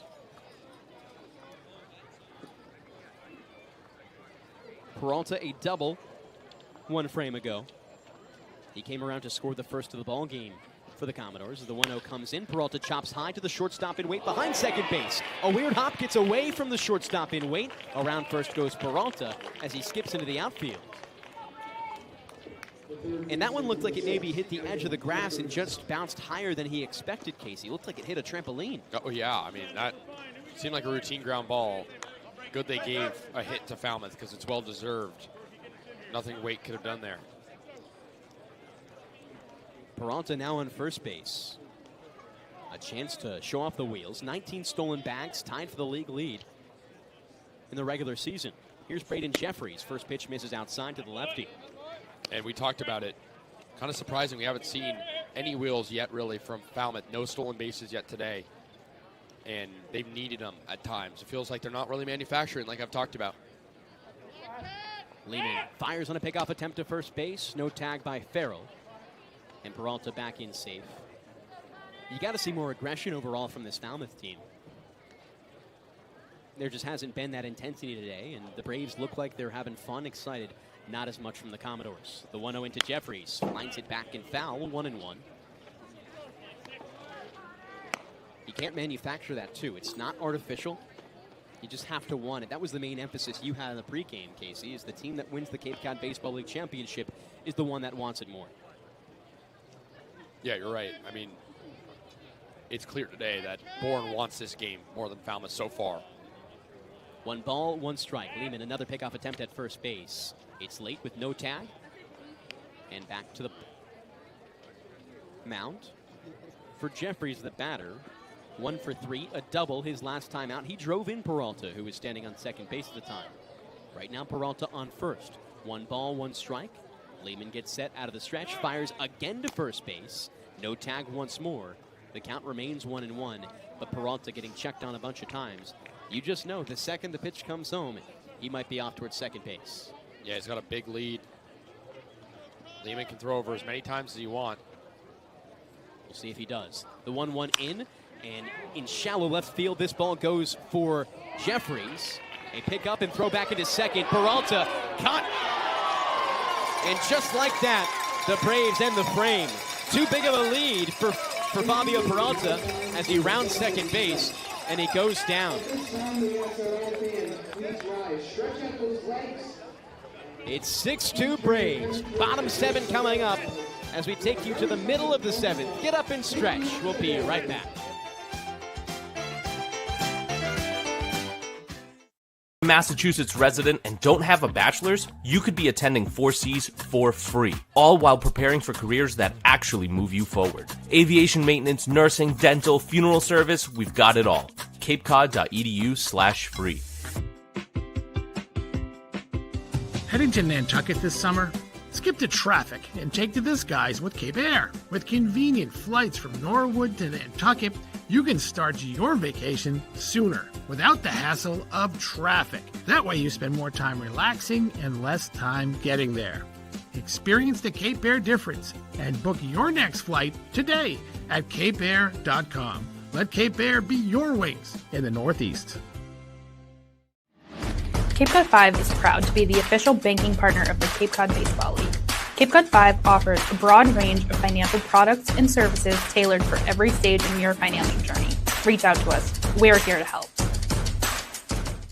If you can dream it, if you can cruise in it, if you can summer in it, fish from it, or take it for a day at the beach, we can protect it. The Baldwin Group. Protecting the possible. Try it, then buy it. Rent a new cat for up to 90 days. Then apply 100% of the rental cost to the purchase and save. The Milton Cat Rent to Purchase offer. Try it, then buy it. Go to miltoncat.com/RPO. Bottom 7 on the Bourne Braves Broadcasting Network and Cape League TV. It's a 6-2 ball game in favor of the Bourne Braves as Matt Bolton steps up. He was the first batter that Murphy saw back in the 5th inning. Went down by way of the strikeout, but Bolton overall so far with an RBI today as the first pitch comes in and misses outside. Bolton just 0 for 1 to begin this game. A real chance to find himself in the hit column here. He's been one of the better bats, if not the best, for the Bourne Braves over the last week. No balls and 1 strike. Murphy fires in. Bolton pops up high over the third base dugout. This one out of play. And a souvenir for the fans here at Dorn Park. Thousands of them. The most attended game of the year for the Braves. Rightfully so. It's the first playoff game. Braves in search of another Cape League championship. And the Braves have increased in numbers over the past few years for good reason. No balls, 2 strikes. Murphy into his wind. Fires home to Bolton. Bolton takes outside a ball. That one misses. Yeah, you expect more and more, and you'd hope that these fans, seeing the performance that the Braves have had tonight so far, obviously still baseball left, but they look a lot more inspired. 1-2. Bolton takes low. 2-2. RBI from spots in the order 2 through 5. Those are the guys who have needed to step up, and they have. Raked in Bolton, Costello, and Mabius combined for all the runs scored so far. 2-2 inside once more. Bolton works himself into a full count. He's been wanting the walk so far. Went down on a 3-2 strikeout looking back in the 5th. Here comes Murphy on the payoff pitch home to Matt Bolton. Bolton cracks high to left field, shallow. Chase from the shortstop in Farner. He gives way for the left fielder in White to make the grab for out number 1. The right fielder, number 38. Here's Luke Costello, his last time up, Kasey. A triple and 3 RBI to go with it. We looked at Bolton, who had played fantastic at the start of the year, got that home run against Falmouth a week ago and unleashed himself, broke the ice. Do you see this possibly being a similar situation for Luke Costello? Maybe. You know, every player is different, but I think just knowing the playoffs, knowing what it's all about can help too. First pitch home from Murphy, nearly runs up and hits Luke Costello. He ranges out of the way and takes ball 1. Entering today's game, Luke Costello had been overall quiet. His worst batting average since the start of the season in June. 1-0 pitch home from Murphy. Costello takes high and outside. 2 balls, no strikes, 1 out. And on top of that, got his first extra base hit in just about 25 days. It took a while. He led the Cape Cod Baseball League in the regular season with 10 doubles and didn't have one for the final month of the year. The 2-0 in, outside once more, misses for a ball. 3 balls and no strikes. Costello already a walk this game. He's 1 for 2 with a triple and 3 RBI. 7 losses for the Braves entering today. A game like this can certainly erase that from the minds of these players. As the 3-0 comes in and misses low for a ball. A 4-pitch walk there to Luke Costello. Tip of the first in the base paths here in the bottom of the 7th inning. You'd love to negate the run that Falmouth had last half inning too. The Braves did that a couple innings ago, or rather last inning.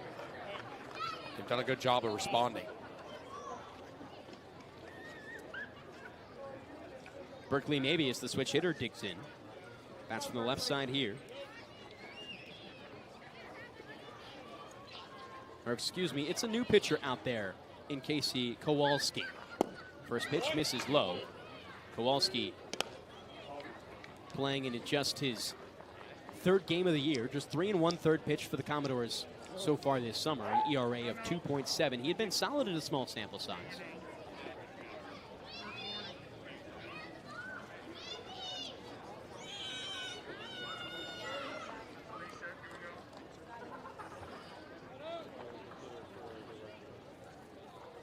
Kasey Kowalski with a runner on first base in Luke Costello comes set to his belt. The 1-0 set to come home to Mabius, and it is just on the outside edge of strike, barely nicks him.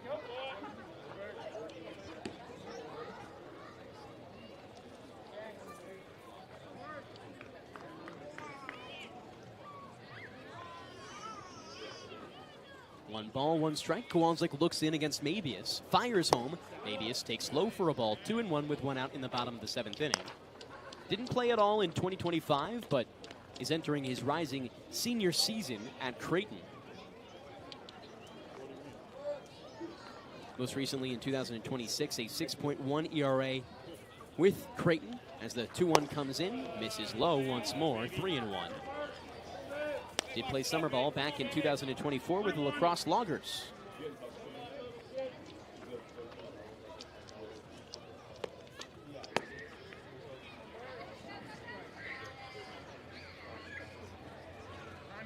A medium lead on first base.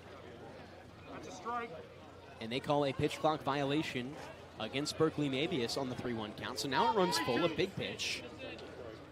And Kowalski sent back in. Berkeley 2 hits so far in this game.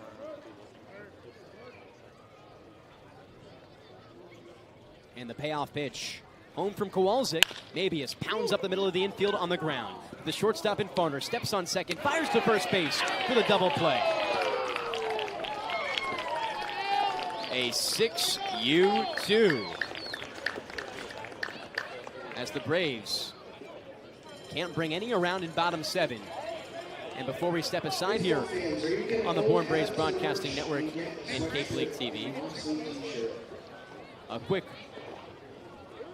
reminder from our sponsors. Keystone Place at Buzzards Bay is Bourne's premier senior living community, conveniently located adjacent to the Cape Cod Canal. Visit us at Keystone Place at buzzardsbay.com. And Marty Chevrolet, your dealer for the people, proudly supports the Bourne Braves baseball team. See all our cars and trucks at martychevrolet.com, and go Braves. On top of that, a reminder, Cape Cod Healthcare is committed to excellence and compassion in everything they do, like helping people maintain active lifestyles. With an innovative orthopedic program that combines advanced techniques and leading-edge technology with highly specialized experts, this team is focused on getting you back doing the things you love in the place you love. Cape Cod Healthcare, caring, commitment, community. And if you need urgent care this summer, Cape Cod Healthcare is here for you with high-quality, full-service walk-in care at 6 urgent care locations from Plymouth to Orleans. Check walk-in wait times or schedule an appointment at www.capecodhealthcare.org/urgent care.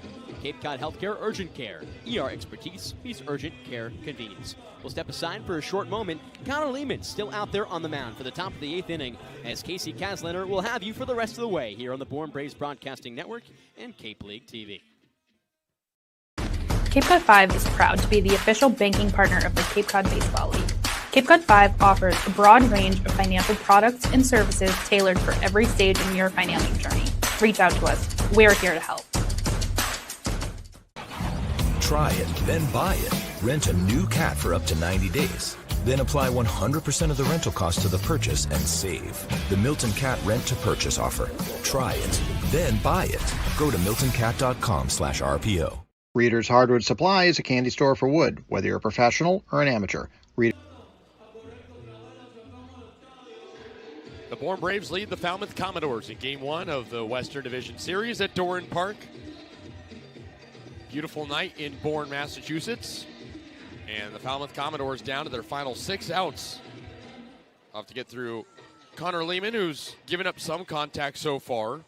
4 hits to be exact, plus a run, but Braves still lead by 4 runs. It'll be Carter White, Tommy Harrison, and Matthew Farner, barring any changes for skipper Jack Dahm.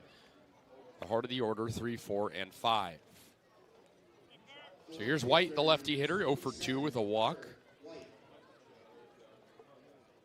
Lehman so far has thrown 33 pitches, just 1 strikeout. He's gotten through 2 innings pretty efficiently and effectively. Braves looking for their first playoff win since hoisting the trophy against the Whitey Red Sox in the 2025 title series. Here's White. With his black bat, he digs into the lefty's box against the southpaw pitcher. Lehman at the belt, out of the windup. He fires home. As White bounces one straight back to the pitcher, Lehman stares him down, tosses to first in time for the first out of the top of the 8th inning. And you've been really impressed with what Connor Lehman has presented so far in this game in relief. A lot of growth for him since the start of the year, Kasey. That's been necessary. And now you feel like he could be a guy for this Braves out of the pen. It's been reliable tonight so far, as the Commodores are down to their final 5 outs. Here's Tommy Harrison, 1 for 3 with a single. First pitch to the lefty hitter as he cuts and misses at a low and outside curveball. 0-1. Looking ahead to next inning, the Braves will have Milano, Farrell, Osterhaus. They'll be looking for insurance if they can get out of this inning unscathed. 0-1 pitch. Harrison takes a fastball in there for a strike. Hard of the zone, 0-2. Braves and Commodores will play at the same time tomorrow, but different place. Gov Fuller Field in Falmouth. As one of the teams will be fighting to keep its season alive. Right now it's looking like the Braves might be pressing Falmouth up against the wall. 0-2 to Harrison. He swings and misses through a curveball. Second strikeout for Lehman, and there's 2 gone in the top of the 8th.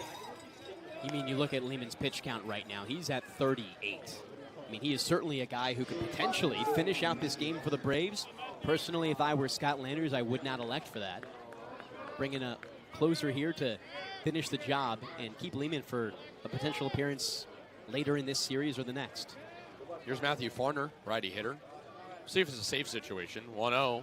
Rather, first offering outside 1-0.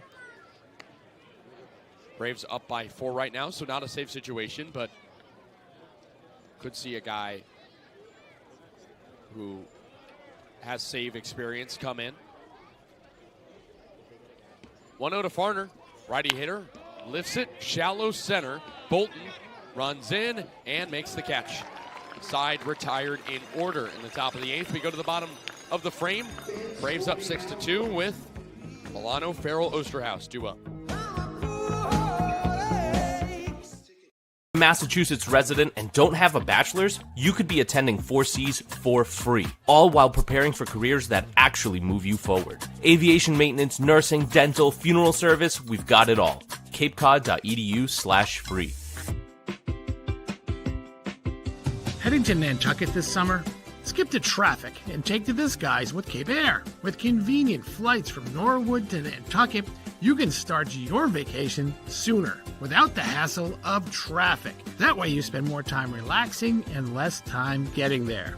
Experience the Cape Air difference and book your next flight today at capeair.com. Let Cape Air be your wings in the Northeast. Cape Cod 5 is proud to be the official banking partner of the Cape Cod Baseball League. Cape Cod 5 offers a broad range of financial products and services tailored for every stage in your financial journey.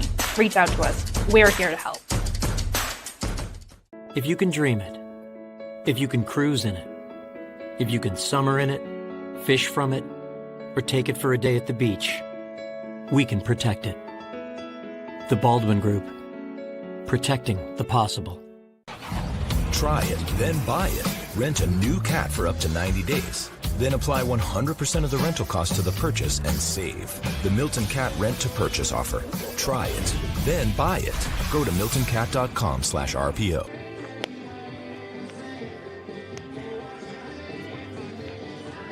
Crunch time at Dorn Park. It's the bottom of the 8th inning. Braves up 6-2 and hitting. Milano, Farrell, Osterhaus up against Kasey, Kowalczyk, who got through last inning pretty clean. Fly out, walk, and a double play for the Braves. The lead by 4 runs. Kowalczyk throws in his final warm-up pitch, and the Braves search for insurance. Both teams with 8 hits. Braves with the lead on the scoreboard at 6-2. So here's Gabe Milano. He's had a tough day, 0 for 3. Strikeout, fly out, and ground out on his day. Digs into the lefty's box with his gold gloves. Braves trying to add on here and be in a good spot next half inning as the Commodores look to come back and try to take this game on the road. First pitch home to Milano. So he takes outside 1-0. Braves 2-2-1 against Falmouth this season. That's an even split. 2 wins, 2 losses, 1 tie. Braves looking to snap a 7-game losing streak in just an inning or so. 1-0. Milano cuts and misses, throw a fastball, 1-1. First ever playoff game for manager Jack Dahm of the Commodores. Has not gone his way. He's had offense, but it hasn't translated to much. The 1-1 as Milano takes inside. 2 balls and 1 strike. Milano is only in his 4th game as a Bourne Brave. One of the late reinforcements for this team. Kowalczyk covers his face. Here's the 2-1. Low and outside, 3-1. Commodores with the worst team ERA in the Cape League, and that's reflected a bit tonight. 6 runs allowed, all of them earned. 5 of them came across 2 innings. It was the 5th and 6th. The 3-1, Milano takes inside, ball 4. A leadoff walk in the bottom of the 8th for the Braves, and Milano's aboard for the first time tonight. Second walk tossed by Kowalczyk.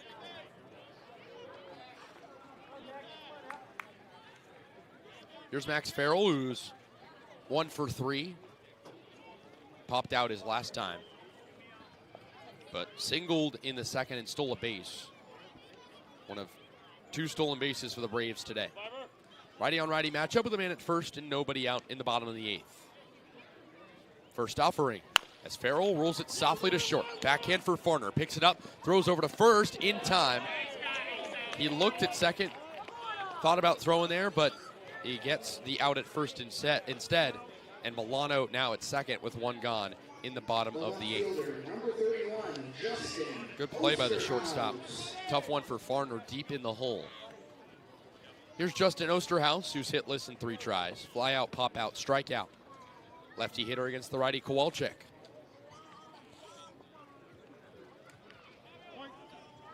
Man at second and 1 out. Braves up by 4 in game 1 of this opening round series.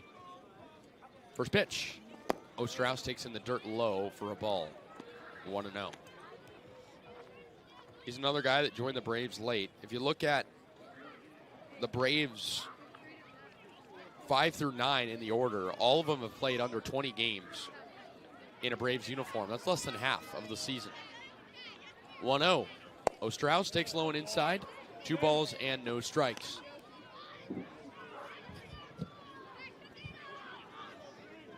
Osterhaus began his collegiate career at Purdue Fort Wayne, then went to Alabama. Braves have had a few Crimson Tide players step up big in this game. Connor Lehman, one of them. 2-0. Osterhaus takes low, 3 balls and no strikes. And although Osterhaus has not been able to produce offensively, he's had some good defensive moments in this game. A sliding catch in shallow left, a leaping grab in deep left center. 3-0 on him. See if it's a take all the way. With a man at second and 1 out in the bottom of the 8th. The pitch. Osterhaus takes high, and it's a 4-pitch walk. So runners on first and second for the Braves, and 1 out in the bottom of the 8th, and both of them coming off walks.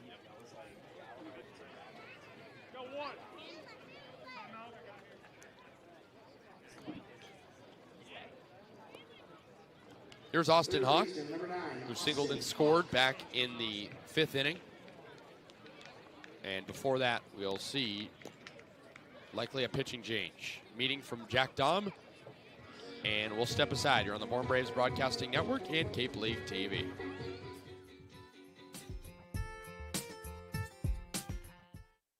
Massachusetts resident and don't have a bachelor's, you could be attending 4Cs for free, all while preparing for careers that actually move you forward. Aviation maintenance, nursing, dental, funeral service, we've got it all. capecod.edu/free. Heading to Nantucket this summer? Skip the traffic and take to the skies with Cape Air. With convenient flights from Norwood to Nantucket, you can start your vacation sooner without the hassle of traffic. That way you spend more time relaxing and less time getting there. Experience the Cape Air difference and book your next flight today at capeair.com. Let Cape Air be your wings in the Northeast. If you can dream it, if you can cruise in it, if you can summer in it, fish from it, or take it for a day at the beach, we can protect it. The Baldwin Group. Protecting the possible. Cape Cod 5 is proud to be the official banking partner of the Cape Cod Baseball League. Cape Cod 5 offers a broad range of financial products and services tailored for every stage in your financial journey. Reach out to us. We're here to help. Try it, then buy it. Rent a new cat for up to 90 days. Then apply 100% of the rental cost to the purchase and save. The Milton Cat Rent to Purchase offer. Try it, then buy it. Go to miltoncat.com/RPO. Reader's Hardwood Supply is a candy store for wood, whether you're a professional or an amateur. Reader's Hardwood Supply carries over 70 species of both domestic and imported lumber from around the world, displayed in over 300 self-serve bins for your selection. So for your next project, make it your masterpiece with stock from Reader's Hardwood Supply. The woods of the world are here at Reader's Hardwood Supply. Runners on first and second with 1 out in the bottom of the 8th inning for the Bourne Braves, and a new pitcher, Cody Butt, who will see the rear end of the Braves order, starting with Austin Hawk. The 9-hole guy, it'll flip to the top, barring a double play for Riker Waite. And Devon, this is a guy coming in Cody Butt, who's trying to clean some things up, but a 6.23 ERA on a team with an ERA of 5 as a group. This might be a little bit of a waving of the white flag for Jack Dahm here. He's got better relievers than Butt, but it's important to still have a guy who can go out there and keep this game in contention. 4 runs is a lot, but not too much to come back from. It'll have to be a tall task for Falmouth in the 9th. Here's Austin Hawk, who singled and scored back in the 5th. Braves offense has been a pain in the keister for the Falmouth Commodores pitching.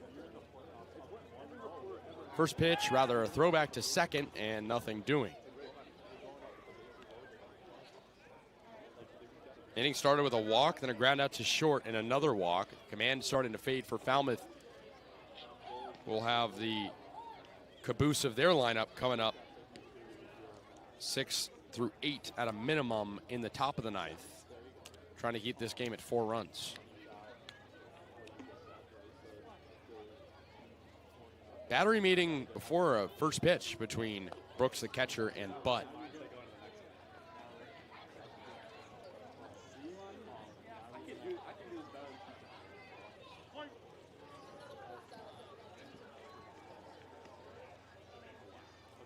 Butt touches rubber.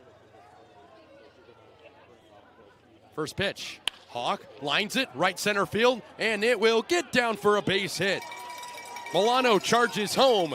Osterhaus right behind him. The throw is cut off. A 2-run double for Austin Hawk. Braves by 6 runs. It's 8-2. They're putting a stamp on a potential big win here in the first game of the Cape League playoffs. Excellent effort right now from 1 through 9, Kasey. And that's what you're getting. It's exceptional. To see a guy like Austin Hawk do it in the line slot as well is big. You needed him to be a big performer this playoffs. Here's Riker Waite with only 1 out. And a man at second in Hawk. First pitch. Waite takes in there for a strike, 0-1.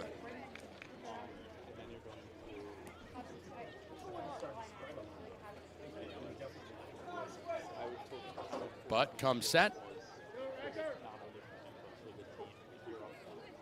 And fires the 0-1 as Waite cracks it high up in the air. Right center field. Gregor chases and makes the catch. Runner Milano tags Hawk into third. He's safe, no throw. So a sac fly, or a productive out from Riker Waite, and there's 2 gone. I mean, he's been productive almost every single one of his plays. On base 3 times, has scored every single time, and you can't really complain about a 2-for-3 day. He's been great. Here's Rustin Rigdon, switch hitter batting righty against Butt. Butt shakes and fires. Fastball high, 1-0.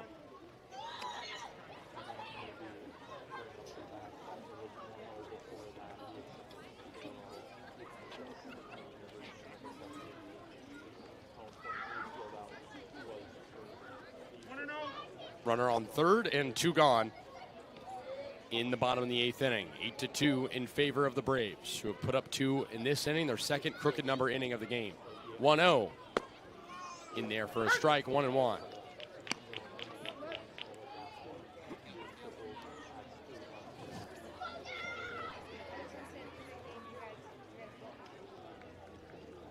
But trying to keep it clean. 1-1. Rigdon takes, it gets by the catcher, Brooks, but not too far, as he throws it back to Butt.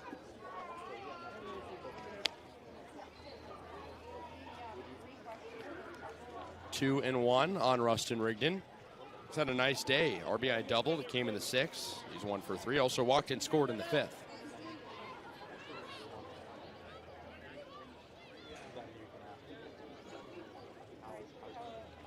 Butt ready. 2-1 pitch. As Rigdon rolls it up the middle, backhand for the second baseman Maley, throws to first in time, and that'll retire the side.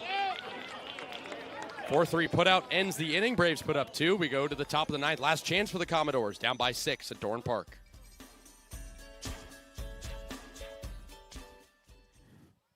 Massachusetts resident and don't have a bachelor's, you could be attending 4Cs for free, all while preparing for careers that actually move you forward. Aviation maintenance, nursing, dental, funeral service, we've got it all. capecod.edu/free. Heading to Nantucket this summer?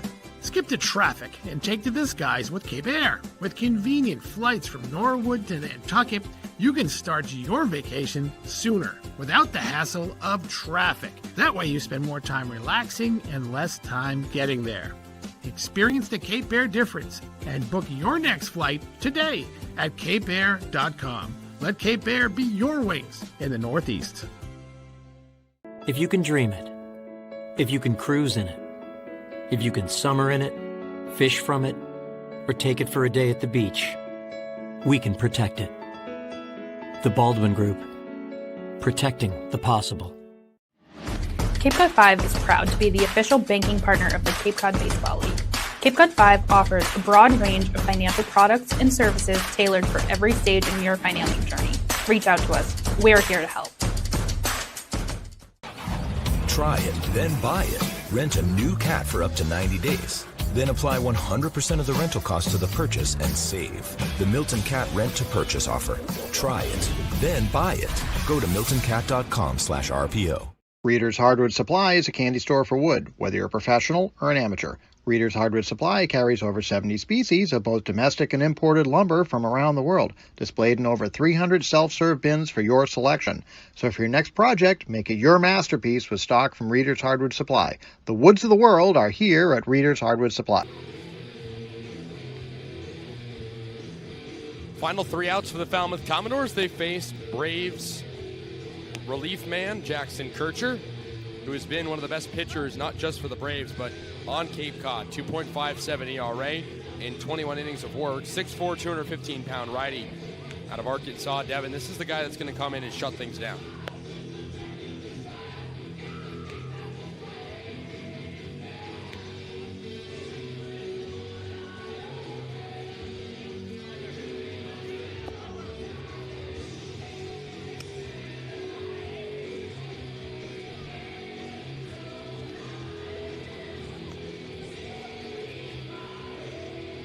You'll face at a minimum Austin Maley, A.J. Putty, and Dallas Brooks.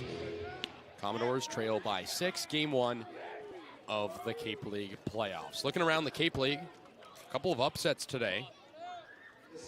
Harwich taking down Brewster 4-0, that's an upset. And then Chatham defeating YD, the number 1 overall seed, 9-5. Hyannis up big on Cotuit, 7-0. In fact, that game is final in Hyannis. So here's the first hitter, Austin Maley. The pitch home. So he takes a fastball in there for a strike, going 1.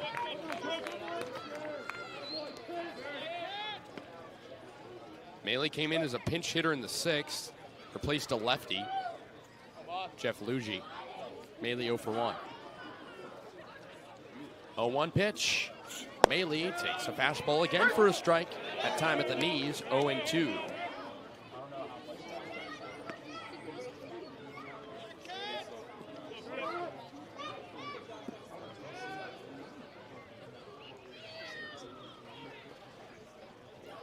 Kircher toes the rubber, looks in. Now he kicks home the 0-2. As Maley rips it to the right, foul over the dugout.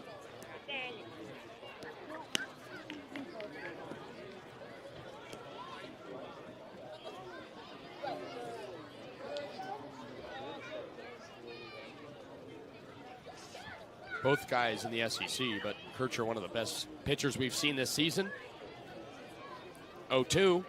Maley checks his swing at a low and outside pitch. He did not go. 1-2. And he stuck 3 straight fastballs on the outer half, around the knees. It's clear that Kircher just wants to get the ball in the zone, not worry about base runners by way of the free pass. 1-2 on Maley. Here's the pitch. As he takes upstairs, checked his swing again and did not go. 2 balls and 2 strikes. Commodores down to their final 3 outs. Braves trying to get their first playoff win of the season and snap an overall 7-game losing streak going back to the regular season. Kircher set, covers his face with his red glove. Now he kicks and deals the 2-2. Maley takes low and outside on the fastball and works an 0-2 count to a 3-2. Maley, a guy with a great eye I've seen this season. Gertrude trying to get back into his zone after missing on 3 consecutive pitches. As Red Sox pulled up high, he kicks the 3-2. Maley swings and misses. Would have been ball 4 outside. Instead, it's out 1 in the top of the 9th. The first baseman, number 28, E.J. Putty. Reminder that this game is a copyrighted production of the Cape Cod Baseball League. Any unauthorized use, retransmission, or duplication is strictly prohibited. Here's A.J. Putty with 1 gone and the bases empty in the top of the 9th. First pitch, Putty takes inside. He doubled earlier, scored the most recent run for the Commodores back in the 7th inning. Overall, 1 for 3.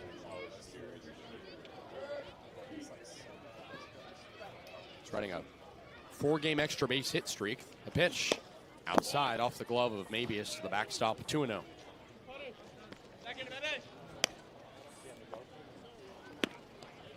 It's been a frustrating day for the Commodores. We're only 1 hit behind the Braves, getting out hit 9-8, but offense has just been in spurts and not a lot of run production manufacturing. 2-0. Putty takes in there for a strike, 2-1.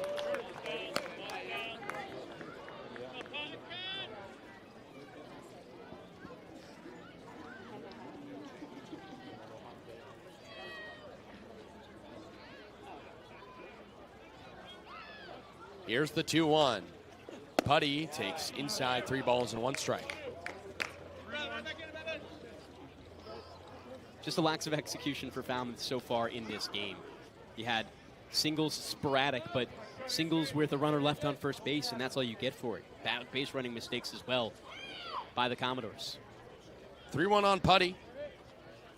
Righty on righty matchup with 1 out. The pitch. Putty swings and misses for strike 2. Another full count. Not making it easy on Kircher, but he has a 6-run lead.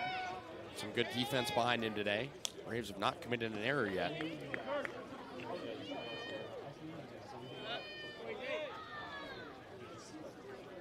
He winds and deals the payoff pitch. Putty swings and misses. 2nd consecutive strikeout for Jackson Kircher. And the Commodores are down to their final out in the top of the 9th on the road in Game 1 of the Western Division Series. Pretty remarkable the way this team is able to fight. They've shown so much growth from just seems like the last week, and they are ready for it. Now 1 out and 1 game away from the semifinals. Here's Dallas Brooks. He's the final chance for the Commodores. Lefty hitter against the righty pitcher. Kircher deals home as Brooks takes a fastball at the knees for a cold strike, going 1. Kircher struck out the only 2 he's faced so far.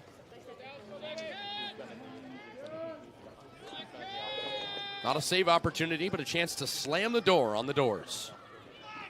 0-1. Brooks takes a breaking ball at the knees for a called strike. 0-2, and now the fans at Doran Park rise to their feet. Braves a strike away from ending the 7-game losing streak and taking Game 1 of Round 1 in the Cape League playoffs at home. 0-2 on Brooks. Kircher kicks and deals the pitch. Brooks swings and misses. Jackson Kircher strikes out the side in the top of the 9th inning. And Game 1 belongs to Bourne at Doran Park. Final score 8-2. And the Braves, after losing 7 games in a row, are back on track.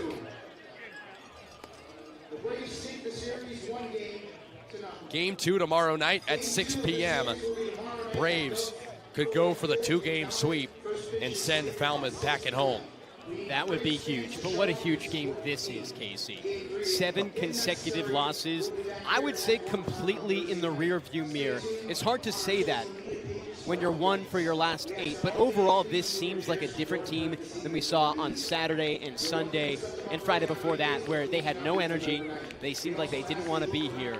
And after a win, they're one away from the West Division Championship and a chance to again see this team flourish in August. Falmouth will try to put the loss behind them tomorrow. Winning pitcher is Tyler Baird. Loser is Colby Putnam. So both starting pitchers for their respective teams. And a quality start for Tyler Baird as the Braves take an 8-2 final. Final lines, Braves with 8 runs, 9 hits, no errors. Commodores, 2 runs, 8 hits, 1 error. Braves scored 1 run in the first, 4 in the 5th, 1 in the 6th, 2 in the 8th, and did not have to hit in the 9th. So they win 8-2 in game 1. And we will step aside before Kaydence Kilhof joins Somebody Sideline in just a moment. Here on the Bourne Braves Broadcasting Network and Cape League TV.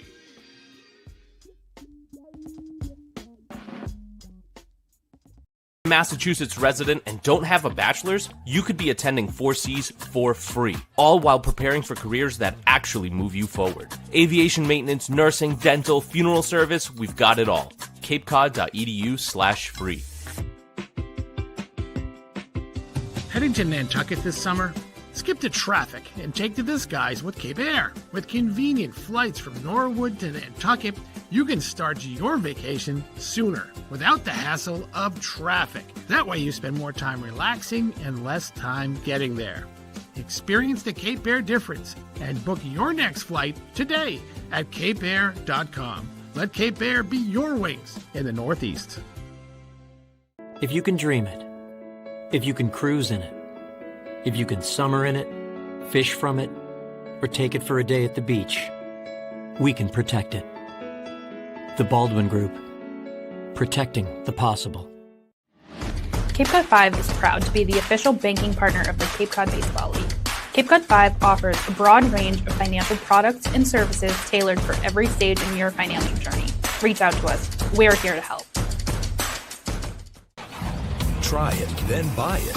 Rent a new cat for up to 90 days. Then apply 100% of the rental cost to the purchase and save. The Milton Cat Rent to Purchase offer. Try it. Back here on the Bourne Braves Broadcasting Network and Cape League TV for the start of the post-game Tomahawk Talk. Let's send it diamond side. Kaydence Kilhof alongside Luke Costello. Thanks, Devon. I'm joined by South Carolina outfielder Luke Costello. Luke, that bases clearing triple in the 5th inning really boosted something in this Braves momentum. What were you thinking going into that at bat? Yeah, I mean, it was a big spot in the game. I think Tyler Baird pitched a heck of a game today, so he kept us in it when it was tight at the beginning. But we needed someone to come through, and I mean, as a baseball player, you live for moments like that. So I just wanted to do anything that I could to help the team win, and successfully got a hit. So. That was your first extra base hit since July 9th. How important was it that it happened today or right before you start this playoff push? Yeah, I mean, it's been a struggle the last month for me, but, it's baseball. It's the hardest game in the world. Like, being able to be resilient through all those moments, the ups and downs, that's what makes a professional. So I think if I can just stay, even-keeled the whole way through my whole career, that would, definitely help me moving forward. So I think that's what I did today, and it worked. Tonight was the first time in a while the Braves built up a lead and played consistent baseball. How did you guys do it? Yeah, I mean, I think us in the dugout were kind of sick of losing recently. So, snapped a 7-game, lose streak today. So it felt great, just to be able to play with the guys and have a blast. That was a really fun game. Playoff baseball is great. So it was a good time. So you guys got the win today, but you got Falmouth again tomorrow. How do you take the series in 2? Yeah, I mean, they're a great team, a lot of good arms. So I think if we can just stick to the approach, same with the pitchers, go out there, throw strikes, and just deal early, get the momentum on our side early in the game, I think, it should be a good day tomorrow as well, moving forward as well. All right, thanks, Luke, and congrats. Appreciate it. Thank you so much, Kaydence and Luke Costello. As we will step aside for just a moment, we'll have the post-game Tomahawk Talk show coming up your way in just a moment. Massachusetts resident and don't have a bachelor's, you could be attending 4Cs for free, all while preparing for careers that actually move you forward. Aviation maintenance, nursing, dental, funeral service, we've got it all. capecod.edu/free. Heading to Nantucket this summer? Skip the traffic and take to the skies with Cape Air. With convenient flights from Norwood to Nantucket, you can start your vacation sooner without the hassle of traffic. That way you spend more time relaxing and less time getting there. Experience the Cape Air difference and book your next flight today at capeair.com. Let Cape Air be your wings in the Northeast. If you can dream it, if you can cruise in it, if you can summer in it, fish from it, or take it for a day at the beach, we can protect it. The Baldwin Group, protecting the possible. Cape Cod 5 is proud to be the official banking partner of the Cape Cod Baseball League. Cape Cod 5 offers a broad range of financial products and services tailored for every stage in your financial journey. Reach out to us. We're here to help. Try it, then buy it. Rent a new cat for up to 90 days. Then apply 100% of the rental cost to the purchase and save. The Milton Cat Rent to Purchase offer. Try it, then buy it. Go to miltoncat.com/RPO. Reader's Hardwood Supply is a candy store for wood, whether you're a professional or an amateur. Reader's Hardwood Supply carries over 70 species of both domestic and imported lumber from around the world, displayed in over 300 self-serve bins for your selection. So for your next project, make it your masterpiece with stock from Reader's Hardwood Supply. The woods of the world are here at Reader's Hardwood Supply. Massachusetts resident and don't have a bachelor's, you could be attending 4Cs for free, all while preparing for careers that actually move you forward. Aviation maintenance, nursing, dental, funeral service, we've got it all. capecod.edu/free. Heading to Nantucket this summer? Skip the traffic and take to the skies with Cape Air. With convenient flights from Norwood to Nantucket, you can start your vacation sooner without the hassle of traffic. That way you spend more time relaxing and less time getting there. Experience the Cape Air difference and book your next flight today at capeair.com. Let Cape Air be your wings in the Northeast. If you can dream it, if you can cruise in it, if you can summer in it, fish from it, or take it for a day at the beach, we can protect it. The Baldwin Group, protecting the possible. Cape Cod 5 is proud to be the official banking partner of the Cape Cod Baseball League. Cape Cod 5 offers a broad range of financial products and services tailored for every stage in your financial journey. Reach out to us. We're here to help. Try it, then buy it. Rent a new cat for up to 90 days. Then apply 100% of the rental cost to the purchase and save. The Milton Cat Rent to Purchase offer. Try it, then buy it. Go to miltoncat.com/RPO.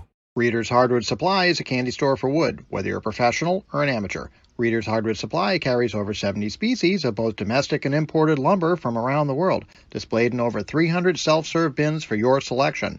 So for your next project, make it your masterpiece with stock from Reader's Hardwood Supply. The woods of the world are here at Reader's Hardwood Supply. Massachusetts resident and don't have a bachelor's, you could be attending 4Cs for free, all while preparing for careers that actually move you forward. Aviation maintenance, nursing, dental, funeral service, we've got it all. capecod.edu/free. Heading to Nantucket this summer? Skip the traffic and take to the skies with Cape Air. With convenient flights from Norwood to Nantucket, you can start your vacation sooner without the hassle of traffic. That way you spend more time relaxing and less time getting there. Experience the Cape Air difference and book your next flight today at capeair.com. Let Cape Air be your wings in the Northeast. If you can dream it, if you can cruise in it, if you can summer in it, fish from it, or take it for a day at the beach, we can protect it. The Baldwin Group, protecting the possible. Cape Cod 5 is proud to be the official banking partner of the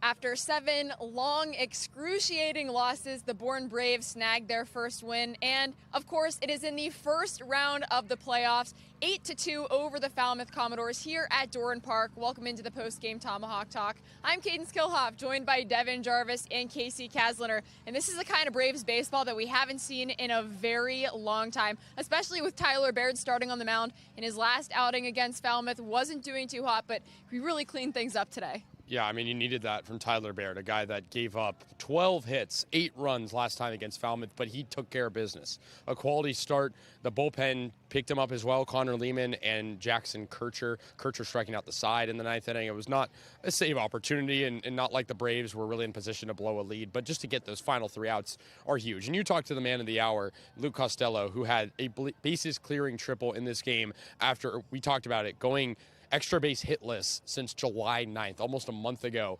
And you could tell that just provided a lot of confidence into the Braves. They were slapping the ball all over, a lot of backside line drives, some pull shots into the right areas. And for Costello, just nipping it into the corner. A huge win for the Braves. They're one away from being on the brink of a championship run once again, but you got to give it to the hitting. 8 runs in this game. It came in spurts, not all at one time. Kind of a textbook win that you like to see from the Braves at this point in the year.